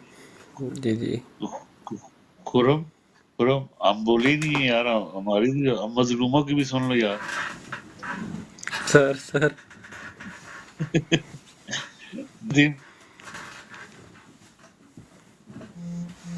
ندیم بھائی سارے انہیں فائنل بھی بندہ ستے ہے نال تے ڈسٹربنگ ہونی ہے، میں اچھا سنن لگے ہیں تو تسی جاری رکھو. ہاں چلو ٹھیک ہے خرم جی سر اوور ٹو یو. سر جڑا تھانہ کلچر ہے نا ਉਹਦੀ ਨਾ ਬੜੀ ਅਜੀਬ ਵੀ ਹੈ ਤੇ ਬੜੀ ਪੈਥੈਟਿਕ ਜੀ ਪੋਜੀਸ਼ਨ ਹੈ ਕਿ ਬੜੀ ਅਫਸੋਸਨਾਕ ਇੰਜ ਹੈ کہ ਤੇ ਬੜੀ ਤਰਸਨਾਕ ਵੀ ਹੈ کہ ਤਰਸ ਵੀ ਬੜਾ اچھا ਹੁੰਦਾ ہے. چلو میں تھوڑے نال گل کردا، ٹھیک ہے. جی جی سر. ماشاء اللہ تھوڑا بھی. تسی مینوں دسو جی کہ تھانہ کلچر کتھوں خراب ہونا شروع ہویا، بنیاد دی کدی پئی؟ سر دور دیکھو کیڑا سی؟ سر سب تو پہلی میں چیز یہ اچھا ہے. ایک تھوڑا جہا میں تھانوں تھوڑا جہا لبریٹ کر دوں. جی جی میرے مطابق جو ہے نا جی اے ضیاء الحق دور ہویا تے جنیجو دور تو بعد شروع ہویا. نواز شریف دا بانی سر اوور ٹو یو اوکے کرم شدہ. سر اگر ضیاء الحق دور تو ਅਸੀਂ ਜਾਂ ਖਰ ਸਾਹਿਬ ਦੇ ਦੌਰ ਤੋਂ ਸ਼ੁਰੂ ਕਰ ਲਈਏ ਨਾ, ਤੁਸੀਂ ਉਦੋਂ ਇਹ ਬੜੀ ਮਸ਼ਹੂਰ ਕਹਾਵਤ ਸੁਣੀ ਹੋਣੀ ਹੈ ਕਿ ਜਿਹੜਾ ਕੋਈ ਚੋਰ ਆ ਨਾ ਉਦੋਂ ਖਰ ਸਾਹਿਬ ਗਵਰਨਰ ਆਏ ਤੇ ਉਹਨਾਂ ਆਖਿਆ ਕਿ ਮਤਲਬ SHO ਜ਼ਿੰਮੇਦਾਰ ਹੋਏਗਾ ਜਿਹੜੀ ਕੋਈ ਉਹਦੇ ਇਲਾਕੇ ਵਿੱਚ ਚੋਰੀ ਹੋਏਗੀ। ਤੇ ਨਹੀਂ ਉਹ ਮੇਰੇ ਖਿਆਲ ਨਵਾਬ ਕਾਲਾਬਾਗ ਜਿਹਦੇ ਵਿੱਚ ਗਵਰਨਰ ਸਰ ਨਕੇਲਾਂ ਪਾਈਆਂ ਗਈਆਂ ਸੀ ਚੋਰਾਂ ਨੂੰ। ਬਿਲਕੁਲ ਬਿਲਕੁਲ ਉਹੀ ਸੁਣਨਾ ਸਰ। ਨਵਾਬ ਕਾਲਾਬਾਗ ਨੇ ਕਿਹਾ ਸੀ ਚੀਨੀ ਵੀ ਸਸਤੀ ਹੋਏਗੀ ਤੇ ਸਾਰਾ ਕੁਝ ਸਵੇਰ ਹਾਂ ਤੋਂ ਲੈ ਕੇ ਸ਼ਾਮ ਤੱਕ। ਹੁਣ ਇਹਦਾ ਮਤਲਬ ਇਸ ਗੱਲ ਦਾ ਇਹ ਹੈ ਕਿ ਉਸ ਦੌਰ ਤੋਂ ਪਹਿਲੇ ਦਾ SHO ਇਨਵੋਲਵ ਹੈ ਕਿ ਉਦੋਂ ਇਹ ਮਤਲਬ ਕ੍ਰਾਈਮ ਹੁੰਦਾ ਤੇ SHO ਨੂੰ ਪਤਾ ਹੁੰਦਾ। ਵੇਖੋ ਸਰ ਚਲੋ 1934 ਦਾ ਪੁਲਿਸ ਰੂਲ। ਹਾਂਜੀ ਇੱਕ ਕੁਐਸਚਨ ਵੀ ਆ ਜਾਂਦਾ ਹੈ ਦਿਮਾਗ ਵਿੱਚ, ये इतनी देर ਤੋਂ ਇਹ ਕਰਪਸ਼ਨ ਸ਼ੁਰੂ ਹੈ तो इसकी खत्म करने वास्ते कितना टाइम लग सी। ਇਹ ਵੀ ਇੱਕ ਸੋਚ ਆਉਂਦੀ ਸਰ ਹੈ ਉਹੀ ਨਾ ਦਿਮਾਗ 'ਚ ਜਿਹੜਾ ਕੋਈ ਗੱਲ ਹੁੰਦੀ ਬੰਦੇ ਨੇ ਵੀ ਇਦਾਂ ਦੀ ਗੱਲ 20 ਸਾਲ 25 ਬਿਲਕੁਲ ਸਾਲ 30 ਬਿਲਕੁਲ ਸਾਲ ਬਿਲਕੁਲ ਸਰ ਬਿਲਕੁਲ ਓਵਰ ਦੀ ਨਾਈਟ ਇਹ ਕੰਮ ਨਹੀਂ ਹੋ ਸਕਦਾ। ਨਹੀਂ ਹੋ ਇਹਦਾ ਸਕਦਾ। ਇੱਕ ਬੇਸ ਤੋਂ ਲੈ ਕੇ ਹਰ ਚੀਜ਼ ਹਿਲਾਣੀ ਪੈਣੀ ਹੈ। ਵੇਖੋ ਸਰ 1934 ਦਾ ਜਿਹੜਾ ਪੁਲਿਸ ਰੂਲ ਹੈ ਨਾ ਉਹੀ ਇੰਡੀਆ ਪਾਕਿਸਤਾਨ ਦੇ ਵਿੱਚ ਅਪਲਾਈ ਹੈ ਜਿਹੜਾ ਗੋਰਾ ਬਣਾ ਕੇ ਦੇ ਗਿਆ ਜੀ ਸਾਰੀ 1805 ਦਾ ਸਰ। ਨਹੀਂ 1800 ਜਿਹੜਾ ਨਾ ਉਹ 67 ਦਾ ਉਹ PPC ਆ, ਪਾਕਿਸਤਾਨ ਪੀਨਲ ਕੋਡ ਹੈ। ਉਹ ਪਾਕਿਸਤਾਨ ਪੀਨਲ ਕੋਡ ਹੈ ਤਾਜ਼ੀਰਾਤ ਪਾਕਿਸਤਾਨ। ਜਿਹੜਾ ਪੁਲਿਸ ਰੂਲ ਹੈ ਨਾ ਪੁਲਿਸ ਇਨਫਰਾਸਟ੍ਰਕਚਰ ਦਾ ਪੁਲਿਸ ਰੂਲ ਜਿੰਨੇ ਵੀ ਨੇ ਉਹਦੇ ਵਿੱਚ ਰੈਗੂਲੇਸ਼ਨ ਉਹਦੇ ਡਿਸਪਲਿਨ 3MPO ਕਿਹੜੇ ਸੰਦੇ ਇਹ ਸਰ ਉਹ ਆ ਜਾਂਦਾ ਹੈ ਜਿਹੜਾ ਮਤਲਬ ਉਹ ਨਹੀਂ ਪ੍ਰੋਟੈਕਸ਼ਨ ਆਰਡਰ ਨਹੀਂ ਜਾਰੀ ਹੁੰਦੇ ਸਰ। ਜਿਹੜੇ ਚੈਕਿੰਗ ਕਰਦੇ ਨੇ ਆਪਣਾ ਬਾਜ਼ਾਰਾਂ ਦੇ ਵਿੱਚ ਕਿ ਤੁਹਾਡੇ ਸਟੋਰ ਇੰਨੇ ਵਜੇ ਤੱਕ ਨਾ ਖੁੱਲੇ ਹੋਣ ਤੇ ਉਹ ਆਪਣਾ ਗਾਰਡ ਵਗੈਰਾ ਰੱਖੋ। ਉਹ ਅਗਰ ਨਹੀਂ ਹੁੰਦਾ ਤੇ 3MPO ਦਾ ਪਰਚਾ ਦੇ ਦਿੰਦੀ ਹੈ ਪੁਲਿਸ। ਇਹ ਜਿਹੜੇ ਸਾਰੇ ਸਿਆਸਤਦਾਨ ਪਕੜੇ ਗਏ ਨੇ ਉਹ ਸਰ ਬਸ ਉਹ ਪ੍ਰੋਟੈਕਸ਼ਨ ਆਰਡਰ ਹੀ ਜਾਰੀ ਹੁੰਦੇ ਨੇ ਉਹਦੇ ਵਿੱਚ। मेंटेनेंस ऑफ पब्लिक ऑर्डर है ना सर हुरम भाई। हाँ पब्लिक ऑर्डर है यानी कि जो अमन अमान की सूरत की बहाली बिल्कुल बिल्कुल बिल्कुल बिल्कुल ठीक है ना बिल्कुल ब्रदर। सर वही है। इसमें आप इस शेक में आप जिसको मर्जी अंदर रगड़ दें। हाँ जी हाँ जी हाँ जी हाँ जी बिल्कुल सर। सर कौन से सन का है कौन से सन का है सर ये ये हुरम भाई मेरा ख्याल थोड़ा इस पे ज्यादा मेरे ख्याल इसको समझते हैं इसकी मेरा ख्याल लॉ से तलक। हुरम भाई लॉ से है आपका कोई तलक थोड़ा सा? मेरा ख्याल है कि 1927 के अंदर इसको रिवाइज 1927 में किया गया। लेकिन ये जो आबिद भाई ये जो सारा सिस्टम है ना गोरे का मिसाल के तौर पे अब देखें ना ये कोई इतना वो नहीं है कि आप पुलिस ऑर्डर नया नहीं बना सकते राइट। पुलिस ऑर्डर आपका इतने ब्रिलियंट ब्रेन आप 6 महीने के अंदर पूरा एक नया सिस्टम इसका खड़ा कर सकते हैं। ये कोई बड़ी बात नहीं कि आपने वो गोरे के साथ ही चलना है सारा। नहीं वो जी उसे भाई सिस्टम तो नवा 6 महीने बन जैसे पर इसने तो अमल दरामद फिर उसने वो भी आ जाता ना यानी कि बावजूद में चीज़ां इन्हां दियां चलण लगियां तो फिर एक थानेदार जो है वो शेरशाह बादशाह होता है सर बादशाह तो फिर ਤੁਹਾਨੂੰ ਪਤਾ ਹੀ ਹੈ ਬਿਲਕੁਲ ਸਰ ਮੈਂ ਉਹਦੀ ਬਾਦਸ਼ਾਹੀ ਦੱਸਣਾ ਤੁਹਾਨੂੰ ਸਾਰੀ। ਉਹ ਇਹ ਦੱਸੋ ਇਹ ਬਾਦਸ਼ਾਹਾਂ ਦਾ ਜਿਹੜਾ ਹਾਲ ਹੈ ਨਾ ਜੀ ਸਰ ਵੇਖੋ ਇਹ ਜਿਹੜੇ ਨੇ ਨਾ ਬਾਦਸ਼ਾਹ ਇਹ ਬਾਦਸ਼ਾਹਾਂ ਦੇ ਕੋਲ ਇਹ ਮਤਲਬ ਇੱਕ ਮਿਸਲ ਹੁੰਦੀ ਹੈ ਨਾ ਜਿਹੜਾ ਇਨਵੈਸਟੀਗੇਸ਼ਨ ਹੁੰਦੀ ਹੈ ਉਹਦੇ ਵਿੱਚ ਉਹ ਬਾਦਸ਼ਾਹ ਇਹ ਕਰਦਾ ਹੈ ਕਿ ਜਿਹੜਾ ਮਾੜੇ ਨੂੰ ਵਿੱਚ ਮਤਲਬ ਰਗੜ ਦਿੱਤਾ ਤੇ ਤਗੜੇ ਨੂੰ ਛੱਡ ਦਿੱਤਾ। ਸਾਰੇ ਹੁਣ ਦੋ ਪਾਸੇ ਗੱਲ ਸ਼ੁਰੂ ਹੋਈ ਹੈ ਨਾ ਹੁਣ ਦੋ ਪਾਸੇ ਸ਼ੁਰੂ ਹੋਈ ਹੈ। ਹੁਣ ਚੰਗੇ ਨੂੰ ਹੀ ਰਗੜ ਦਿੱਤਾ ਤੇ ਮਾੜੇ ਨੂੰ ਹੀ ਰਗੜਦਾ 5000 ਇਧਰੋਂ ਪੋੜ ਲਿਆ ਤੇ 5000 ਉਧਰੋਂ ਪੋੜ ਲਿਆ। ਹੁਣ ਇਹ ਕੰਮ ਹੀ ਨਾ ਸਰ ਇਹ ਤਾਂ ਪੁਰਾਣਾ ਤਰੀਕੇਕਾਰ ਹੋ ਗਿਆ। ਇਹ ਤਾਂ ਪੁਰਾਣਾ ਤਰੀਕੇਕਾਰ ਹੈ। ਇਹ ਤਾਂ ਬੜੇ ਸ਼ੋਧੇ ਕਿਸਮ ਦੇ ਥਾਣੇਦਾਰ ਇਹ ਕੰਮ ਕਰ ਰਹੇ ਨੇ। ਉਹੀ ਹੈ ਨਾ ਇਸ ਤੋਂ ਬੜੇ ਕਹਿੰਦਾ ਸੀ ਨਾ ਚਲੋ ਵੀ ਮਾੜਾ ਗਿਆ ਮਾੜੇ ਨੇ ਸਰ ਇਹਨਾਂ ਦੀ ਤਬਾਹੀ ਫਿਰੀ ਹੀ ਉਦੋਂ ਹੈ ਜਦੋਂ ਇਹਨਾਂ ਦੇ ਵਿੱਚ ਬਦਨਸਲੇ ਤੇ ਨੀਚ ਬੰਦੇ ਦੀ ਰਿਕਰੂਟਮੈਂਟ ਸ਼ੁਰੂ ਹੋਈ ਹੈ ਤੇ ਉਹਦੇ ਹੱਥ 'ਚ ਨਾਲ ਹੀ ਪਾਵਰ ਆ ਗਈ ਹੈ ਕਲਮ ਦੀ ਪਾਵਰ ਆ ਗਈ ਹੈ। ਉਸ ਉਹਦਾ ਬੜਾ ਮਿਸਯੂਜ਼ ਕੀਤਾ ਠੀਕ ਹੈ। ਇੱਕ ਇਹ ਇਹਨਾਂ ਦਾ ਜਦੋਂ ਵਾਇਸਰਾਏ ਸਿਸਟਮ ਆ ਨਾ ਇਹ ਥਾਣੇਦਾਰ ਜਦੋਂ ਸਫੇਦ ਘੋੜੇ ਤੇ ਹੁੰਦਾ ਤੇ ਨਾਲ ਆਂਦੇ ਹਨ ਕਿ ਕਾਲੇ ਘੋੜਿਆਂ ਦੇ ਜਿਹੜੇ ਨੇ ਸਿਪਾਹੀ ਹੁੰਦੇ ਸੀ ਤੇ ਇੱਕ ਪਿੰਡ ਵਿੱਚ ਜਾਣਾ ਤੇ ਨੰਬਰਦਾਰ ਜਿਹੜਾ ਨਾ ਉਹ ਬੜੇ ਪ੍ਰੋਟੋਕੋਲ ਦੇ ਨਾਲ ਉਹਨੂੰ ਘੋੜੇ ਤੋਂ ਲਾਉਂਦਾ ਹੁੰਦਾ। ਜੀ ਇਹ ਇੱਕ ਸਿਸਟਮ ਸੀ। ਜੀ ਜੀ ਤੇ ਸਰ ਉਹੀ ਫਿਰ ਜਿਹੜਾ ਗੋਰਾ ਉਸ ਜ਼ਬਰਦਸਤ ਤਰੀਕੇ ਨਾਲ ਇਸੇ ਵਜ੍ਹਾ ਤੋਂ ਚਲਾਇਆ ਹੋ ਸਕੇ। ਇੱਕ ਤਹਿਸੀਲਦਾਰ ਤੇ ਇੱਕ ਥਾਣੇਦਾਰ ਜਿਹੜਾ ਹੈ ਨਾ, ਇਹ ਇੱਕ ਰਜਦੇ ਘਰ ਦੇ ਵਿੱਚੋਂ ਜ਼ਿਮੀਂਦਾਰਾਂ ਦੇ ਵਿੱਚੋਂ ਮਤਲਬ ਪਿੱਛੋਂ ਵੀ ਸੌਖਾ ਹੋਵੇ, ਪੈਸੇ ਦੀ ਭੁੱਖ ਨਾ ਹੋਵੇ, ਇਖਤਿਆਰ ਉਹਨੂੰ ਦਿਓ ਇਨਸਾਫ ਕਰਨ ਦਾ। ਜੀ ਤੇ ਜਦੋਂ ਇਨਸਾਫ ਦਾ ਇਖਤਿਆਰ ਮਤਲਬ ਥੱਲੇ ਲੁਹਾਰੇ ਤਰਖਾਣੇ 'ਚ ਵੜ ਗਿਆ ਤੇ ਫਿਰ ਚੌਧਰੀ ਤਾਂ ਮਰ ਗਿਆ। ਇਹ ਇੱਕ ਬੜਾ ਮਤਲਬ ਨਾ ਵਾਕਈ ਇਹ ਮਤਲਬ ਇਹਦੇ ਨਾਲ ਇਫੈਕਟ ਬੜਾ ਆਇਆ। ਤੇ ਉਹੀ ਫਿਰ ਜਿਹੜਾ ਉਹਨੂੰ ਫਿਰ ਨਾ ਉਹ ਇੱਜ਼ਤ ਦੀ ਹੁੰਦੀ ਹੈ, ਨਾ ਗੈਰਤ ਦੀ ਹੁੰਦੀ ਹੈ, ਤੇ ਨਾ ਉਹਨੂੰ ਮਤਲਬ ਬੇਇਖਤਿਆਰਾ ਹੋ ਜਾਂਦਾ। ਇਨਸਾਫ ਉਹ ਕਰ ਨਹੀਂ ਸਕਦਾ ਕਿਉਂਕਿ ਉਹ ਮੈਂਟਲੀ ਇੰਨਾ ਪਾਵਰਫੁਲ ਨਹੀਂ ਹੁੰਦਾ। ਉਹਨੂੰ ਸਿਰਫ ਪੈਸਾ ਅਟਰੈਕਟ ਕਰ ਰਿਹਾ ਹੁੰਦਾ। ਉਹਦੇ ਵਿੱਚ ਉਹ ਕਿਸੇ ਨੂੰ ਵੀ ਮਤਲਬ ਤਰੋੜ ਮਰੋੜ ਕੇ ਸੁੱਟ ਦਿੰਦਾ। ਇੱਕ ਤਾਂ ਇਹ ਬੜਾ ਵੱਡਾ ਫਾਲਟ ਸੀ। ਦੂਸਰੇ ਨੰਬਰ ਤੇ ਸਰ ਜਿਹੜਾ ਇਸ ਟਾਈਮ SHO ਦਾ ਬੁਰਾ ਹਾਲ ਹੈ ਨਾ, ਉਹਦੇ ਪੱਲੇ ਯਕੀਨ ਕਰ ਜੋ ਕੁਛ ਨਹੀਂ ਰਹਿ ਗਿਆ। ਇਹਨਾਂ ਨੂੰ ਤੁਸੀਂ ਕ੍ਰਾਈਮ ਮੀਟਿੰਗ ਦੇ ਵਿੱਚ ਵੇਖੋ, ਜਦੋਂ ਇੱਕ ਕ੍ਰਾਈਮ ਮੀਟਿੰਗ ਹੋ ਰਹੀ ਹੁੰਦੀ ਹੈ, SP ਨਾਲ ਹੋਵੇ, DPO ਨਾਲ ਹੋਵੇ, ਉਹ 1 by 1 ਇਹਨਾਂ ਨੂੰ ਇੰਜ ਪੁੱਛਦੇ ਨੇ, ਹਾਂ ਬਈ ਤੂੰ ਦੱਸ ਤੇਰੇ ਕਿੰਨੇ PO ਨੇ। PO ਮਤਲਬ ਜਿਹੜੇ ਇਸ਼ਤਿਹਾਰੀ ਨੇ, ਪ੍ਰੋਕਲੇਮਡ ਅਫੈਂਡਰ ਨੇ, ਤੇਰੀ ਕੀ ਕਾਰਵਾਈ ਹੈ, ਤੂੰ ਕੋਈ ਗੈਂਗ ਪਕੜੇ ਨੇ, ਤੂੰ ਕੀ ਕੀਤਾ ਇਸ ਦਫਾ, ਇਹਨੂੰ ਦਿਓ PA ਸਾਹਿਬ ਸੱਦੋ, ਇਹਨੂੰ ਦਿਓ ਸ਼ੋਕਾਜ਼, ਸਾਈਡ ਤੇ ਹੋ ਜਾ। ਇਹ ਲਿਟਰਲੀ ਇਹ ਜੈਨੂਅਨ ਇੰਜ ਹੁੰਦਾ। ਤੇ ਸਰ ਇਹਨਾਂ ਦਾ ਤਾਂ ਹੋਇਆ ਪਿਆ ਬੁਰਾ ਹਾਲ। ਹੁਣ ਜਿੱਥੇ ਤੱਕ ਗੱਲ ਆ ਗਈ ਪੋਲੀਟੀਕਲ ਇੰਟਰਫੇਰੈਂਸ ਦੀ, ਜੀ ਇਹ ਸਾਰਿਆਂ ਨੂੰ ਕਰਦੇ ਨੇ। ਉਹ CPO ਹੋਵੇ, DPO ਹੋਵੇ, SP ਹੋਵੇ, ਕੋਈ MNA MPA ਚਲਾ ਜਾਵੇ, ਆਓ ਜੀ ਭਾਈ ਇਹ ਬੜਾ ਤਲਕ, ਇਹ ਉਹ ਚਾਹ ਪਾਣੀ ਪੁੱਛਣਗੇ। ਉਹਦੇ ਤੋਂ ਬਾਅਦ ਪਤਾ ਕੀ ਕਰਦੇ ਨੇ, ਜਿਹੜਾ ਉਹ MPA MNA ਸਾਹਿਬ ਕੋਈ ਪਰਚੀ ਤੇ ਲੈ ਕੇ ਜਾਂਦੇ ਨੇ, ਯਾਰ ਫਲਾਣੇ ਦਾ ਇੰਜ ਕਰ ਦਿਓ, ਇਹ ਮਿਹਰਬਾਨੀ ਕਰ ਦਿਓ, ਸ਼ਫਕਤ ਕਰ ਦਿਓ। ਉਹਦੇ ਤੋਂ ਬਾਅਦ ਆਪਣੇ PA ਜਾਂ PS ਉਹਨੂੰ ਸੱਦੇ ਨੇ, ਉਹ ਉਹਨੇ ਕੰਨ 'ਚ ਮਾਰ ਦਿੰਦੇ ਨੇ ਕਿ ਇਹਦਾ ਕੰਮ ਕਰਨਾ ਹੈ, ਜਾਂ ਉਹ ਬੋਲ ਦਿੰਦੇ ਨੇ ਕਿ ਇਹਨੂੰ ਰੂਟੀਨ ਨਾਲ ਡੀਲ ਕਰੋ। ਪਹਿਲੇ ਉਹਨਾਂ ਵੈਲਕਮ ਪ੍ਰੋਟੋਕੋਲ ਇੰਜ ਦਿੱਤਾ ਹੁੰਦਾ ਕਿ ਮਤਲਬ ਇਹ ਜਿਵੇਂ ਫੁੱਫੀ ਦੇ ਪੁੱਤਰ ਨੇ ਤੇ ਸਾਰਾ ਕੰਮ ਹੋ ਜਾਣਾ ਇਹਨਾਂ ਦਾ। ਇਹ ਜਿਹੜਾ ਹੈ ਨਾ ਸਰ, ਇਹ ਇਸਟੈਬਲਿਸ਼ਮੈਂਟ ਹੈ ਜਿੱਥੇ ਤੱਕ ਉਹ ਡੀਪ ਰੂਟਡ ਹੋਈ ਪਈ ਹੈ।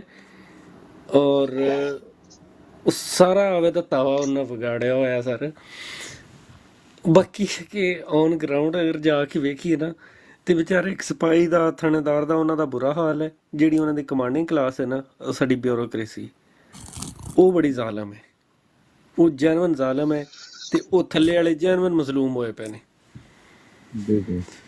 ਸਰ ਇਹ ਪਿੱਛੇ ਜਿਹੜਾ ਇੱਕ ਕਾਫੀ ਟਾਈਮ ਤੇ ਮਤਲਬ ਹੋ ਸਕਣਾ 2-3 ਮਹੀਨੇ ਤੋਂ ਪਹਿਲੇ ਦੀ ਗੱਲ ਹੋਵੇ, ਤੇ ਜਿਹੜਾ ਸਕੂਲ ਦਾ ਟੌਪਿਕ ਪਾਕਿਸਤਾਨ ਨੇ ਸਟਾਰਟ ਕੀਤਾ ਸੀ ਨੇ, ਜਿਹੜੇ ਗੌਰਮੈਂਟ ਵਾਲੇ ਸਕੂਲ ਨੇ ਇਹਨਾਂ ਨੂੰ ਵੀ ਜਿਹੜਾ ਨਾ ਵੀ ਰੈਸਟੋਰੈਂਟ ਗੌਰਮੈਂਟ ਵਾਲੇ ਤਾਂ ਮਤਲਬ ਅੰਦਰ ਪ੍ਰਾਈਵੇਟ ਜਿਸ ਤਰ੍ਹਾਂ ਵਰਦੀਆਂ ਸ਼ਰਦੀਆਂ ਬੁੱਕਾਂ ਜਾਂ ਟੀਚਰ ਪੜ੍ਹਾਸਣ, ਇਹਦਾ ਕੋਈ ਹੈ ਮਾਲੂਮਾਤ ਇਸ ਬਾਰੇ 'ਚ ਵੀ ਕਿ ਕੋਈ ਅਮਲ ਦਰਾਮਦ ਹੋਈ ਸੀ ਇਸ ਚੀਜ਼ ਦੇ ਵਿੱਚ? ਭਾਈ ਅੱਬਾ ਤੁਹਾਡੇ ਕੋਲ ਜਾਂ ਖੁਰਮ ਭਾਈ ਤੁਹਾਡੇ ਕੋਲ? ਇਹ ਸਰ ਜਦੋਂ ਮਿਨਿਸਟਰ ਆਇਆ ਸੀ ਨਾ ਸ਼ਫਕਤ ਮਹਿਮੂਦ, ਐਜੂਕੇਸ਼ਨ ਦਾ ਮਿਨਿਸਟਰ, ਜੀ ਉਦੋਂ ਕੋਈ ਰਿਫੋਰਮੇਸ਼ਨ ਇਹਦੇ 'ਚ ਇਸਲਾਹਾਤ ਲਿਆਉਣ ਦੀ ਕੋਸ਼ਿਸ਼ ਕੀਤੀ ਗਈ ਹੈ ਕਿ ਮਤਲਬ ਕੁਰਾਨ ਦੀ ਤਾਲੀਮ ਤੇ ਬਾਕੀ ਜਿਹੜੇ ਨਾ ਉਹ ਮਦਾਰਸ ਜਿਹੜੇ ਨੇ ਉਹਨਾਂ ਨੂੰ ਵੀ ਮਤਲਬ ਦੂਸਰੀ ਐਜੂਕੇਸ਼ਨ, ਇਹ ਸਾਰਿਆਂ ਨੂੰ ਇੱਕ ਪਲੇਟਫਾਰਮ ਤੇ ਲਿਆ ਕੇ ਐਜੂਕੇਸ਼ਨ ਇੱਕੋ ਜਿਹੀ ਕਰੋ, ਤਾਂ ਕਿ ਸਾਡੇ ਮਦਰਸੇ ਦਾ ਬੱਚਾ ਉਹ ਦੁਨੀਆ ਤੋਂ ਅਲੱਗ ਥਲੱਗ ਨਾ ਰਹਿ ਜਾਵੇ। ਇੱਥੇ ਹੁਣ 3 ਕੈਟੇਗਰੀਆਂ ਬਣੀਆਂ ਪਈਆਂ ਨੇ। ਇੱਕ ਸਕੂਲ ਦੀ ਕੈਟੇਗਰੀ ਹੈ ਜਿਹੜੀ ਐਲੀਟ ਕਲਾਸ ਦੀ ਹੈ, ਜਿਹਦੇ ਵਿੱਚ ਬੀਕਨ ਹਾਊਸ, ਸਿਟੀ ਸਕੂਲ ਤੇ ਐਚੀਸਨ ਤੇ Lawrence college, Sadiq public school, main ਜਿਹੜੇ ਮਤਲਬ ਵੱਡੇ ਨੇ। ਦੂਸਰੀ ਕਲਾਸ ਆ ਜਾਂਦੀ ਹੈ ਜਨਾਬ ਜਿਹੜੇ ਇੰਗਲਿਸ਼ ਮੀਡੀਅਮ ਆਮ ਸਕੂਲ ਨੇ, ਤੇ ਜਾਂ ਸਾਡੇ ਤੁਸੀਂ ਲਾ ਲਓ ਪ੍ਰਾਈਵੇਟ ਜਾਂ ਸਰਕਾਰੀ ਜਿਹੜੇ ਵੀ ਸਕੂਲ ਨੇ, ਦੂਸਰੀ ਕੈਟੇਗਰੀ ਇਹ ਆ ਜਾਂਦੀ। ਤੀਸਰੀ ਕਲਾਸ ਸਾਡੇ 'ਚ ਮਦਰਸਿਆਂ ਦੀ ਐਜੂਕੇਸ਼ਨ ਹੈ। ਜੀ ਜੀ ਹੁਣ ਤਿੰਨਾਂ ਦਾ ਆਪਸ ਵਿੱਚ ਇੰਨਾ ਕੁ ਫਰਕ ਹੈ, ਇੰਨਾ ਕੁ ਫਰਕ ਹੈ, ਉਹ ਮਤਲਬ ਉਹ ਥੱਲੇ ਵਾਲੇ ਦੋ ਉਤਲੇ ਨੂੰ ਪਹੁੰਚ ਹੀ ਨਹੀਂ ਸਕਦੇ। ਜੀ ਹੁਣ ਜੀ ਮੁਲਕ ਦੀ ਬਿਊਰੋਕ੍ਰੇਸੀ ਦੇ ਵਿੱਚ ਵੀ ਉੱਪਰ ਉਤਲੀ ਕਲਾਸ ਬੈਠ ਜਾਂਦੀ ਹੈ ਜਾ ਕੇ। ਜੀ ਉਹ ਕੋਈ ਵੀ ਕੰਪੀਟੀਸ਼ਨ ਦਾ ਐਗਜ਼ਾਮ ਹੋਵੇ ਤਾਂ ਵੀ ਉਹ ਕਮਾਂਡ ਕਰਦੇ ਨੇ, ਉਹ ਮਿਨਿਸਟਰ ਬਣਨੇ ਹੋਣ, ਪੋਲੀਟੀਸ਼ੀਅਨ ਬਣਨੇ ਹੋਣ ਤਾਂ ਵੀ ਉਹ ਉਤਲੀ ਕਲਾਸ ਬਣਦੀ ਹੈ। ਤੇ ਉਹ ਥੱਲੇ ਵਾਲੇ ਦੋਵੇਂ ਜਿਹੜੇ ਨੇ ਉਹ ਮੁਲਕ ਦਾ ਮਜ਼ਦੂਰ ਬਣ ਜਾਂਦੇ ਨੇ। ਉਹ ਕੁਛ ਆਪਦਾ ਕੋਈ ਰੋਲ ਪਰਫਾਰਮ ਕਰ ਹੀ ਨਹੀਂ ਸਕਦੇ ਮੁਲਕ ਦੇ ਵਿੱਚ।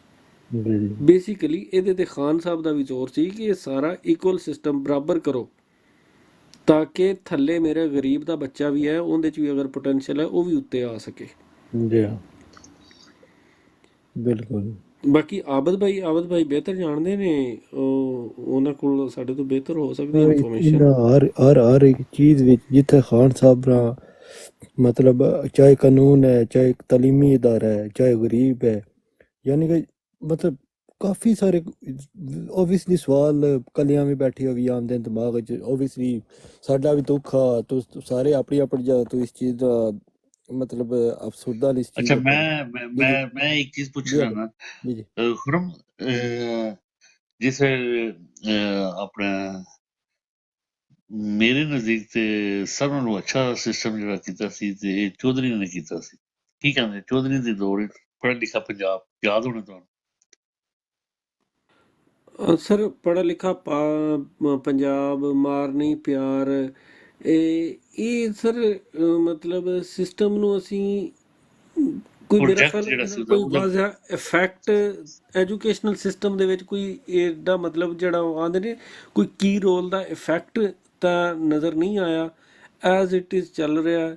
ਤੇ ਬਾਕੀ ਹੈ ਕਿ ਬੇਸਿਕਲੀ ਸਰ ਜਿਹਦੇ ਕੋਲ ਪਾਵਰ ਸੀ ਨਾ, ਉਹਨਾਂ ਨੂੰ ਚਾਹੀਦਾ ਸੀਗਾ ਕਿ ਜਾਂ ਤਾਂ ਆਪਣੇ ਜਿਹੜਾ ਹੈ ਗਵਰਨਮੈਂਟ ਸੈਕਟਰ ਦੀ ਸਕੂਲਿੰਗ ਸਿਸਟਮ ਹੈ ਨਾ, ਉਹਨੂੰ ਇੰਨਾ ਕਿ ਇੰਪਰੂਵ ਕਰਦੇ ਕਿ ਮੈਂ ਜਾਂ ਅਸੀਂ ਆਪਣੇ ਬੱਚਿਆਂ ਦੇ ਬਾਰੇ 'ਚ ਇਹ ਨਾ ਸੋਚ ਸਕਦੇ ਕਿ ਯਾਰ ਇਹਨੂੰ ਕਿਸੇ ਟੌਪ ਦੇ ਸਕੂਲ ਦੇ ਵਿੱਚ ਅਸੀਂ ਪੜ੍ਹਾਈਏ। ਅਤੇ ਉਹ ਜਦੋਂ ਤੱਕ ਸਾਡੇ ਉਹ ਮਾਈਂਡ ਸੈੱਟ ਰਹਿਣਾ ਹੈ, ਜਾਂ ਸਾਡੇ ਉਹ ਤੁਹਾਨੂੰ ਯਾਦ ਹੋਣਾ ਜਦੋਂ ਅਸੀਂ ਸਕੂਲਾਂ ਦੇ ਵਿੱਚ ਗਵਰਨਮੈਂਟ ਦੇ ਵਿੱਚ ਪੜ੍ਹਦੇ ਸੀ, ਸਾਡੇ ਜਿਹੜੇ ਟੀਚਰ ਸੀ ਉਹ PTC ਸੀ, ਪ੍ਰਾਇਮਰੀ ਬਿਲਕੁਲ ਟੀਚਰਿੰਗ ਕੋਰਸ ਉਹਨਾਂ ਨੇ ਮੈਟ੍ਰਿਕ ਕਰਕੇ ਕੀਤਾ ਹੋਇਆ ਸੀ। ਉਹਨਾਂ ਵਿਚਾਰਿਆਂ ਦਾ ਵੀ ਕਸੂਰ ਨਹੀਂ ਹੈ, ਉਹਨਾਂ ਨੂੰ ਸਟੈਂਡਰਡ ਕੁਆਲੀਫਿਕੇਸ਼ਨ ਉਹ ਹੀ ਰੱਖੇ ਹੋਏ, ਉਹਨਾਂ ਨੂੰ ਵਿਚਾਰਿਆਂ ਨੂੰ ਕੀ ਅਸੀਂ ਬਲੇਮ ਦੇ ਸਕਦੇ ਹਾਂ? ਸਾਡੇ ਤਾਂ ਉਸਤਾਦ ਨੇ, ਅਸੀਂ ਉਹਨਾਂ ਦੀ ਰਿਸਪੈਕਟ ਕਰਨੀ ਆ। ਉਹਨਾਂ ਕੋਲ ਜਿੰਨੀ ਕੁ ਇਨਫੋਰਮੇਸ਼ਨ ਸੀ ਉਹ ਸਾਨੂੰ ਵਿਚਾਰੇ ਉਹਨਾਂ ਕੁ ਦੱਸ ਕੇ ਰੱਖਦੇ ਸੀ, ਸਾਨੂੰ ਉਹਨਾਂ ਕੁ ਸਾਡੇ ਕੋਲ ਕੰਮ ਲੈਂਦੇ ਸੀ। ਅਤੇ ਜੇ ਅਸੀਂ ਉਹਨਾਂ 'ਤੇ ਐਕਸਪੈਕਟ ਕਰੀਏ ਕਿ ਉਹ ਟੀਚਰ ਸਾਡੇ ਡਾਕਟਰੇਟ ਕੁਆਲੀਫਾਈਡ ਹੋਣੇ ਚਾਹੀਦੇ ਸੀ, ਅਤੇ ਉਹ ਫਿਰ ਇਹ ਗਵਰਨਮੈਂਟ ਦਾ ਹੈ ਨਾ ਕਸੂਰ ਕਿ ਸਰ ਉਹਨਾਂ ਨੇ ਮਿਆਰ ਐਜੂਕੇਸ਼ਨ ਦਾ ਕੀ ਰੱਖਿਆ। ਵੇਖੋ ਅੱਜ ਸਵੀਡਨ ਨੂੰ ਤੁਸੀਂ ਚੁੱਕ ਕੇ ਵੇਖ ਲਓ, ਉਹ ਆਉਂਦੇ ਨੇ ਕਿ ਸਭ ਤੋਂ ਮੋਸਟ ਜਿਹੜਾ ਕੁਆਲੀਫਾਈਡ ਬੰਦਾ ਹੁੰਦਾ ਨਾ ਉਹਨੂੰ ਟੀਚਰ ਰੱਖਦੇ ਨੇ, ਕਿਉਂਕਿ ਆਉਂਦੇ ਨੇ ਉਸ ਇੱਕ ਅਗਲੀ ਨਸਲ ਤਿਆਰ ਕਰਨੀ ਹੈ। ਅਤੇ ਸਾਡੇ ਅਤੇ ਉਹਨਾਂ ਦਾ ਫਿਰ ਸਰ ਇਹ ਫਿਰ ਪ੍ਰੋਡਕਸ਼ਨ ਵੀ ਤਾਂ ਮਾਰਕੀਟ ਵਿੱਚ ਉਂਝ ਦੀ ਆਉਣੀ ਹੈ ਨਾ। ਅਤੇ ਇਹਦੇ ਵਿੱਚ ਹੁਣ ਚੌਧਰੀ ਹੋਣ ਜਾਂ ਕੋਈ ਵੀ ਹੋਵੇ ਸਰ, ਸਾਰਿਆਂ ਦਾ ਮੁਸ਼ਤਰਕਾ ਹੀ ਕਸੂਰ ਹੈ। ਅਤੇ ਜੇ ਇੱਕ ਖਾਨ ਨੇ ਕੋਸ਼ਿਸ਼ ਕੀਤੀ ਹੈ ਕਿ ਇਹਨੂੰ ਬਿਹਤਰ ਕੀਤਾ ਜਾ ਸਕੇ, ਅਤੇ ਉਹਦੇ ਹਾਲਾਤ ਵਾਕਈ ਸਾਡੇ ਸਾਹਮਣੇ ਨੇ। ਹੁਣ ਉਹਦੇ ਵਿੱਚ ਸਿਰਫ ਇਹ ਤਾਂ ਨਹੀਂ ਕਿ ਕੋਈ PDM ਜਾਂ ਕੰਪਨੀ ਪੈ ਗਈ ਇਕੱਲੀ, ਉਹਦੇ ਵਿੱਚ ਸਰ ਬਿਜ਼ਨਸ ਮਾਫੀਆ ਜਿਨ੍ਹਾਂ ਦਾ ਪ੍ਰਾਈਵੇਟ ਸਕੂਲ ਸਿਸਟਮ ਹੈ, O ਲੈਵਲ A ਲੈਵਲ ਦਾ, ਉਹ ਸਾਰਾ ਮਾਫੀਆ ਇੱਕ ਪਾਸੇ ਹੋ ਗਿਆ। ਯਾਨੀ ਕਿ ਮੇਰੀ ਰੀਸੈਂਟਲੀ ਫੈਮਿਲੀ ਪਾਕਿਸਤਾਨ ਤੋਂ ਆਏ ਨਾ, ਉੱਥੇ ਮੂਵ ਹੋਏ ਸੀ, ਤਕਰੀਬਨ 4 ਸਾਲ ਦੀ ਰਹਿ ਕੇ ਆਏ, ਰੀਸੈਂਟਲੀ ਵਾਪਸ ਆਏ। ਅਤੇ ਮੈਂ ਮਤਲਬ ਹਫਤੇ ਵਾਲੇ ਦਿਨ ਉਹਨਾਂ ਦੇ ਘਰ ਗਿਆ ਸਾਂ, ਹਾਲਾ ਪਾਕਿਸਤਾਨ ਨੂੰ ਗਏ, ਅਤੇ ਮਤਲਬ ਬੈਠੇ ਸਾਂ ਇਹੀਓ ਪਾਕਿਸਤਾਨ ਦੀਆਂ ਗੱਲਾਂ ਸ਼ੱਲਾਂ ਕਰਨ ਲੱਗੇ ਸਾਂ। ਅਤੇ ਜਿਹੜਾ ਉਹਨਾਂ ਬੱਚਿਆਂ ਦੀਆਂ ਫੀਸਾਂ ਦੱਸੀਆਂ ਨਾ ਪਾਕਿਸਤਾਨ ਵਿੱਚ, ਤਾਂ ਮੈਂ ਹਿਸਾਬ ਉਹਨਾਂ ਨੂੰ ਆਪਣੀ ਜਗ੍ਹਾ 'ਤੇ ਲੈ ਕੇ ਵੀ ਸੋਚਿਆ ਵੀ ਅਗਰ ਮੈਂ ਜੇ ਪਾਕਿਸਤਾਨ ਵਿੱਚ ਹੋਣਾ ਤਾਂ ਮੇਰੀ ਖਵਾਹਿਸ਼ ਹੋਣੀ ਕਿ ਮੈਂ ਅਗਰ ਆਪਣੇ ਬੱਚੇ ਪ੍ਰਾਈਵੇਟ ਸਕੂਲਾਂ ਭੇਜਾਂ ਤਾਂ ਕਿਸ ਤਰ੍ਹਾਂ ਭੇਜਾਂ। ਹੁਣ ਉਹ ਬੱਚੇ 3 ਬੱਚੇ ਪ੍ਰਾਈਵੇਟ ਟਿਊਸ਼ਨ ਪੜ੍ਹਦੇ ਸਨ, 90,000 ਰੁਪਇਆ ਉਹਨਾਂ ਦੀ ਟਿਊਸ਼ਨ ਦੀ ਖਾਲੀ ਫੀਸ, ਅਤੇ ਬਾਕੀ ਸਕੂਲ ਦੀਆਂ ਫੀਸਾਂ ਛੋੜ ਕੇ। ਮੈਂ ਉਹਨਾਂ ਨੂੰ ਇੱਕੋ ਗੱਲ ਮੈਂ ਕਿਹਾ ਜਿਹੜਾ ਗਰੀਬ 21,000 ਰੁਪਇਆ 20,000 ਰੁਪਇਆ ਤਨਖਾਹ ਲੱਗਿਆ ਲੈਣ, ਉਹ ਬੱਚੇ ਕਿੱਥੋਂ ਪੜ੍ਹਾਏ ਇਤਨੇ ਮਹਿੰਗੇ ਸਕੂਲਾਂ 'ਚ। ਖਵਾਹਿਸ਼ ਤਾਂ ਸਾਰਿਆਂ ਦੀ ਹੁੰਦੀ ਹੈ ਨਾ ਵੀ ਬੱਚੇ ਸਾਡੇ ਵੀ ਚੰਗੇ ਤੋਂ ਚੰਗੇ ਪੜ੍ਹਨ, ਪਰ ਜ਼ਾਹਰੀ ਗੱਲ ਹੈ ਫਿਰ ਉਹ ਨਹੀਂ ਪੜ੍ਹਾ ਸਕਦੇ। ਕੀ ਖਿਆਲ ਹੈ ਸਰ ਉਹੀ ਨਾ, ਚੰਗੇ ਤੋਂ ਚੰਗਾ ਆਪਣੇ ਸਰਕਾਰੀ ਸਿਸਟਮ ਨੂੰ ਚੰਗੇ ਤੋਂ ਚੰਗਾ ਬਣਾਉਣ। ਜੀ ਹਾਂ ਜੀ ਆਬਦ ਭਾਈ। ਇਹਨਾਂ ਨੇ ਕੀ ਸੋਚਿਆ ਤੇ ਇਹਨਾਂ ਨੇ ਸਰਕਾਰੀ ਸਕੂਲ ਬੰਦ ਕਰਨੇ ਸ਼ੁਰੂ ਕੀਤੇ ਨੇ? ਜਿਸਸੇ ਮਾਰੀ ਵੀ ਪੈਸੇ ਵੀ ਜ਼ਿਆਦਾ ਲੱਭਣ ਤਾਂ ਬਣਨ ਵੀ ਅਮਰੀਕਨ ਸਾਰੇ, ਜਿਹੜੀ ਸਿੱਧੀ ਗੱਲ ਹੈ। ਮੈਂ ਤਾਂ ਕੋਈ ਚੱਕੜਾ ਇਹਨਾਂ ਤੂੰ ਨਾ ਲਾਇਆ ਤੂੰ ਨਾ ਇਹਨਾਂ ਤੂੰ ਵੀ ਨਾ ਸਾਰੇ ਲੱਤਾਂ ਬਾਵਾਂ ਸਮੇਤ ਜਿਹੜਾ ਇਹਨਾਂ ਮੁਲਕ ਦੀ ਤਬਾਹੀ ਫੇਰਨਾ ਚਾਹੁੰਦੇ ਨੇ। ਲੱਤਾਂ ਬਾਵਾਂ ਇਹ ਸਾਰਾ ਵਿੱਚ ਸਾਰੇ ਵਿੱਚ ਉਸੇ ਗਾਣੀ ਦੇ ਵੜੇ ਹੋਏ ਨੇ। ਉਹ ਆਂਦੇ ਨੇ ਦੂੜ ਕੱਢ ਦਿਓ ਜਿਹੜੇ ਪਾਸੋਂ ਵੀ ਨਿਕਲਦੀ ਹੈ ਇਸ ਮੁਲਕ ਦੀ। ਇਸ ਮੁਲਕ ਦਾ ਹੀ ਇਹ ਹੌਸਲਾ ਹੈ ਜਿਹੜਾ 75 ਸਾਲ ਤੋਂ ਇਹਨਾਂ ਨੂੰ ਸਾਰਿਆਂ ਨੂੰ ਖਵਾ ਵੀ ਰਿਹਾ, ਪਾਲ ਵੀ ਰਿਹਾ, ਰਜਾ ਵੀ ਰਿਹਾ, ਲੁਟਾ ਵੀ ਰਿਹਾ।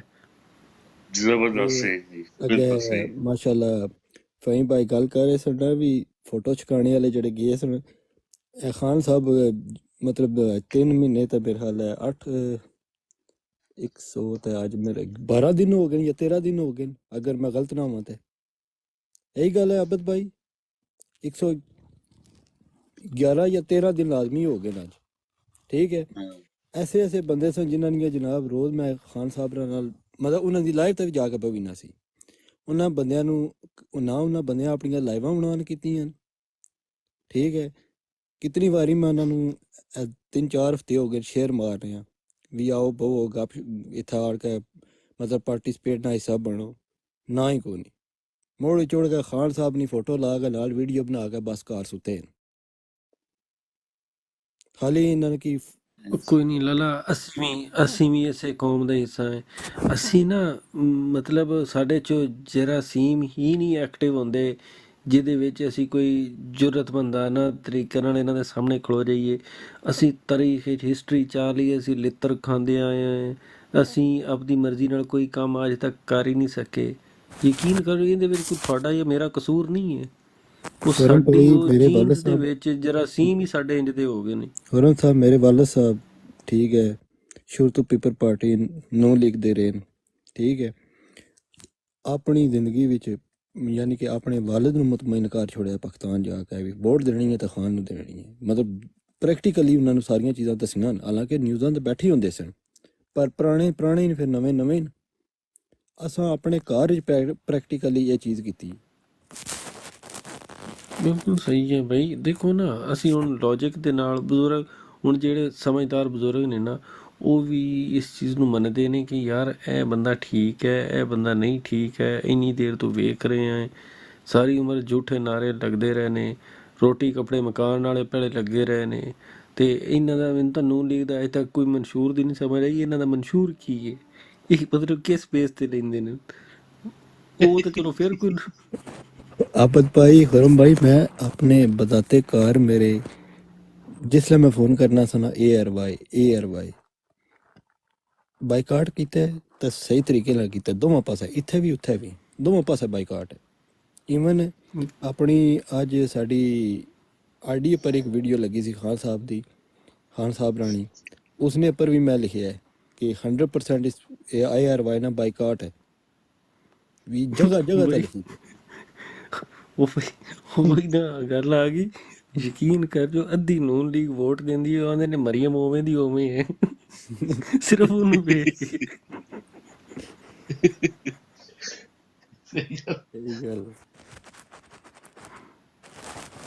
सही बात है यार, सही बात है, ये बात ठीक कर रहे हो। फिर फेम भाई आ जाओ ਹੁਣ ਫੋਨ ਇतनी देर हो गई है। नहीं ਤੁਸੀਂ ਆਪਣੀ मैं ड्राइविंग सीट ਤੇ ਆ ਗਿਆ। अच्छा मैं उठा तो वालदा मेरी जागते सन। अच्छा वालदा मेरी सौ गए सन 36। वो कहते मैं तेन 2 दिन हो गए तो मैं कोक लैके आनी कोक मुक्की हूँ मैं कोक बैन की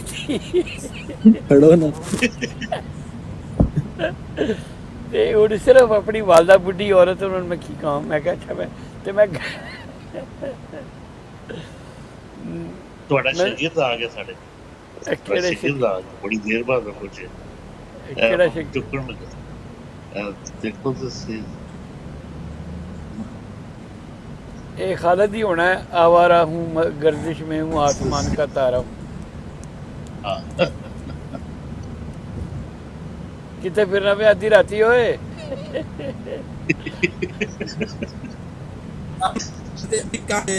ਸਰ ਅੱਧੀ ਰਾਤ ਤੋਂ ਯਾਦ ਆਇਆ ਉਹ ਪੁਲਿਸ ਅਵਾਰਾਗਰਦੀ ਦਾ ਵੀ ਪਰਚਾ ਦੇ ਦਿੰਦੀ ਹੈ ਪਾਕਿਸਤਾਨ ਵਿੱਚ। ਇਹ ਪਾਕਿਸਤਾਨੀ ਹੁੰਦਾ ਤਾਂ ਹੁਣ ਕਿੰਨੀ ਵਾਰੀ ਚੁੱਕਿਆ ਗਿਆ ਹੁੰਦਾ। ਇਹ ਰਾਤੀ ਸਾਰੇ ਅੱਧੀ ਰਾਤੀ ਇਹਦੇ ਦੋਸਤ ਨੂੰ ਬੁਲਾਉਂਦੇ। ਮੇਰੀ ਜਾਨ ਮੇਰੇ ਤੇ ਚਰਸਾ ਨਾ ਪਿਆ ਪਿਆ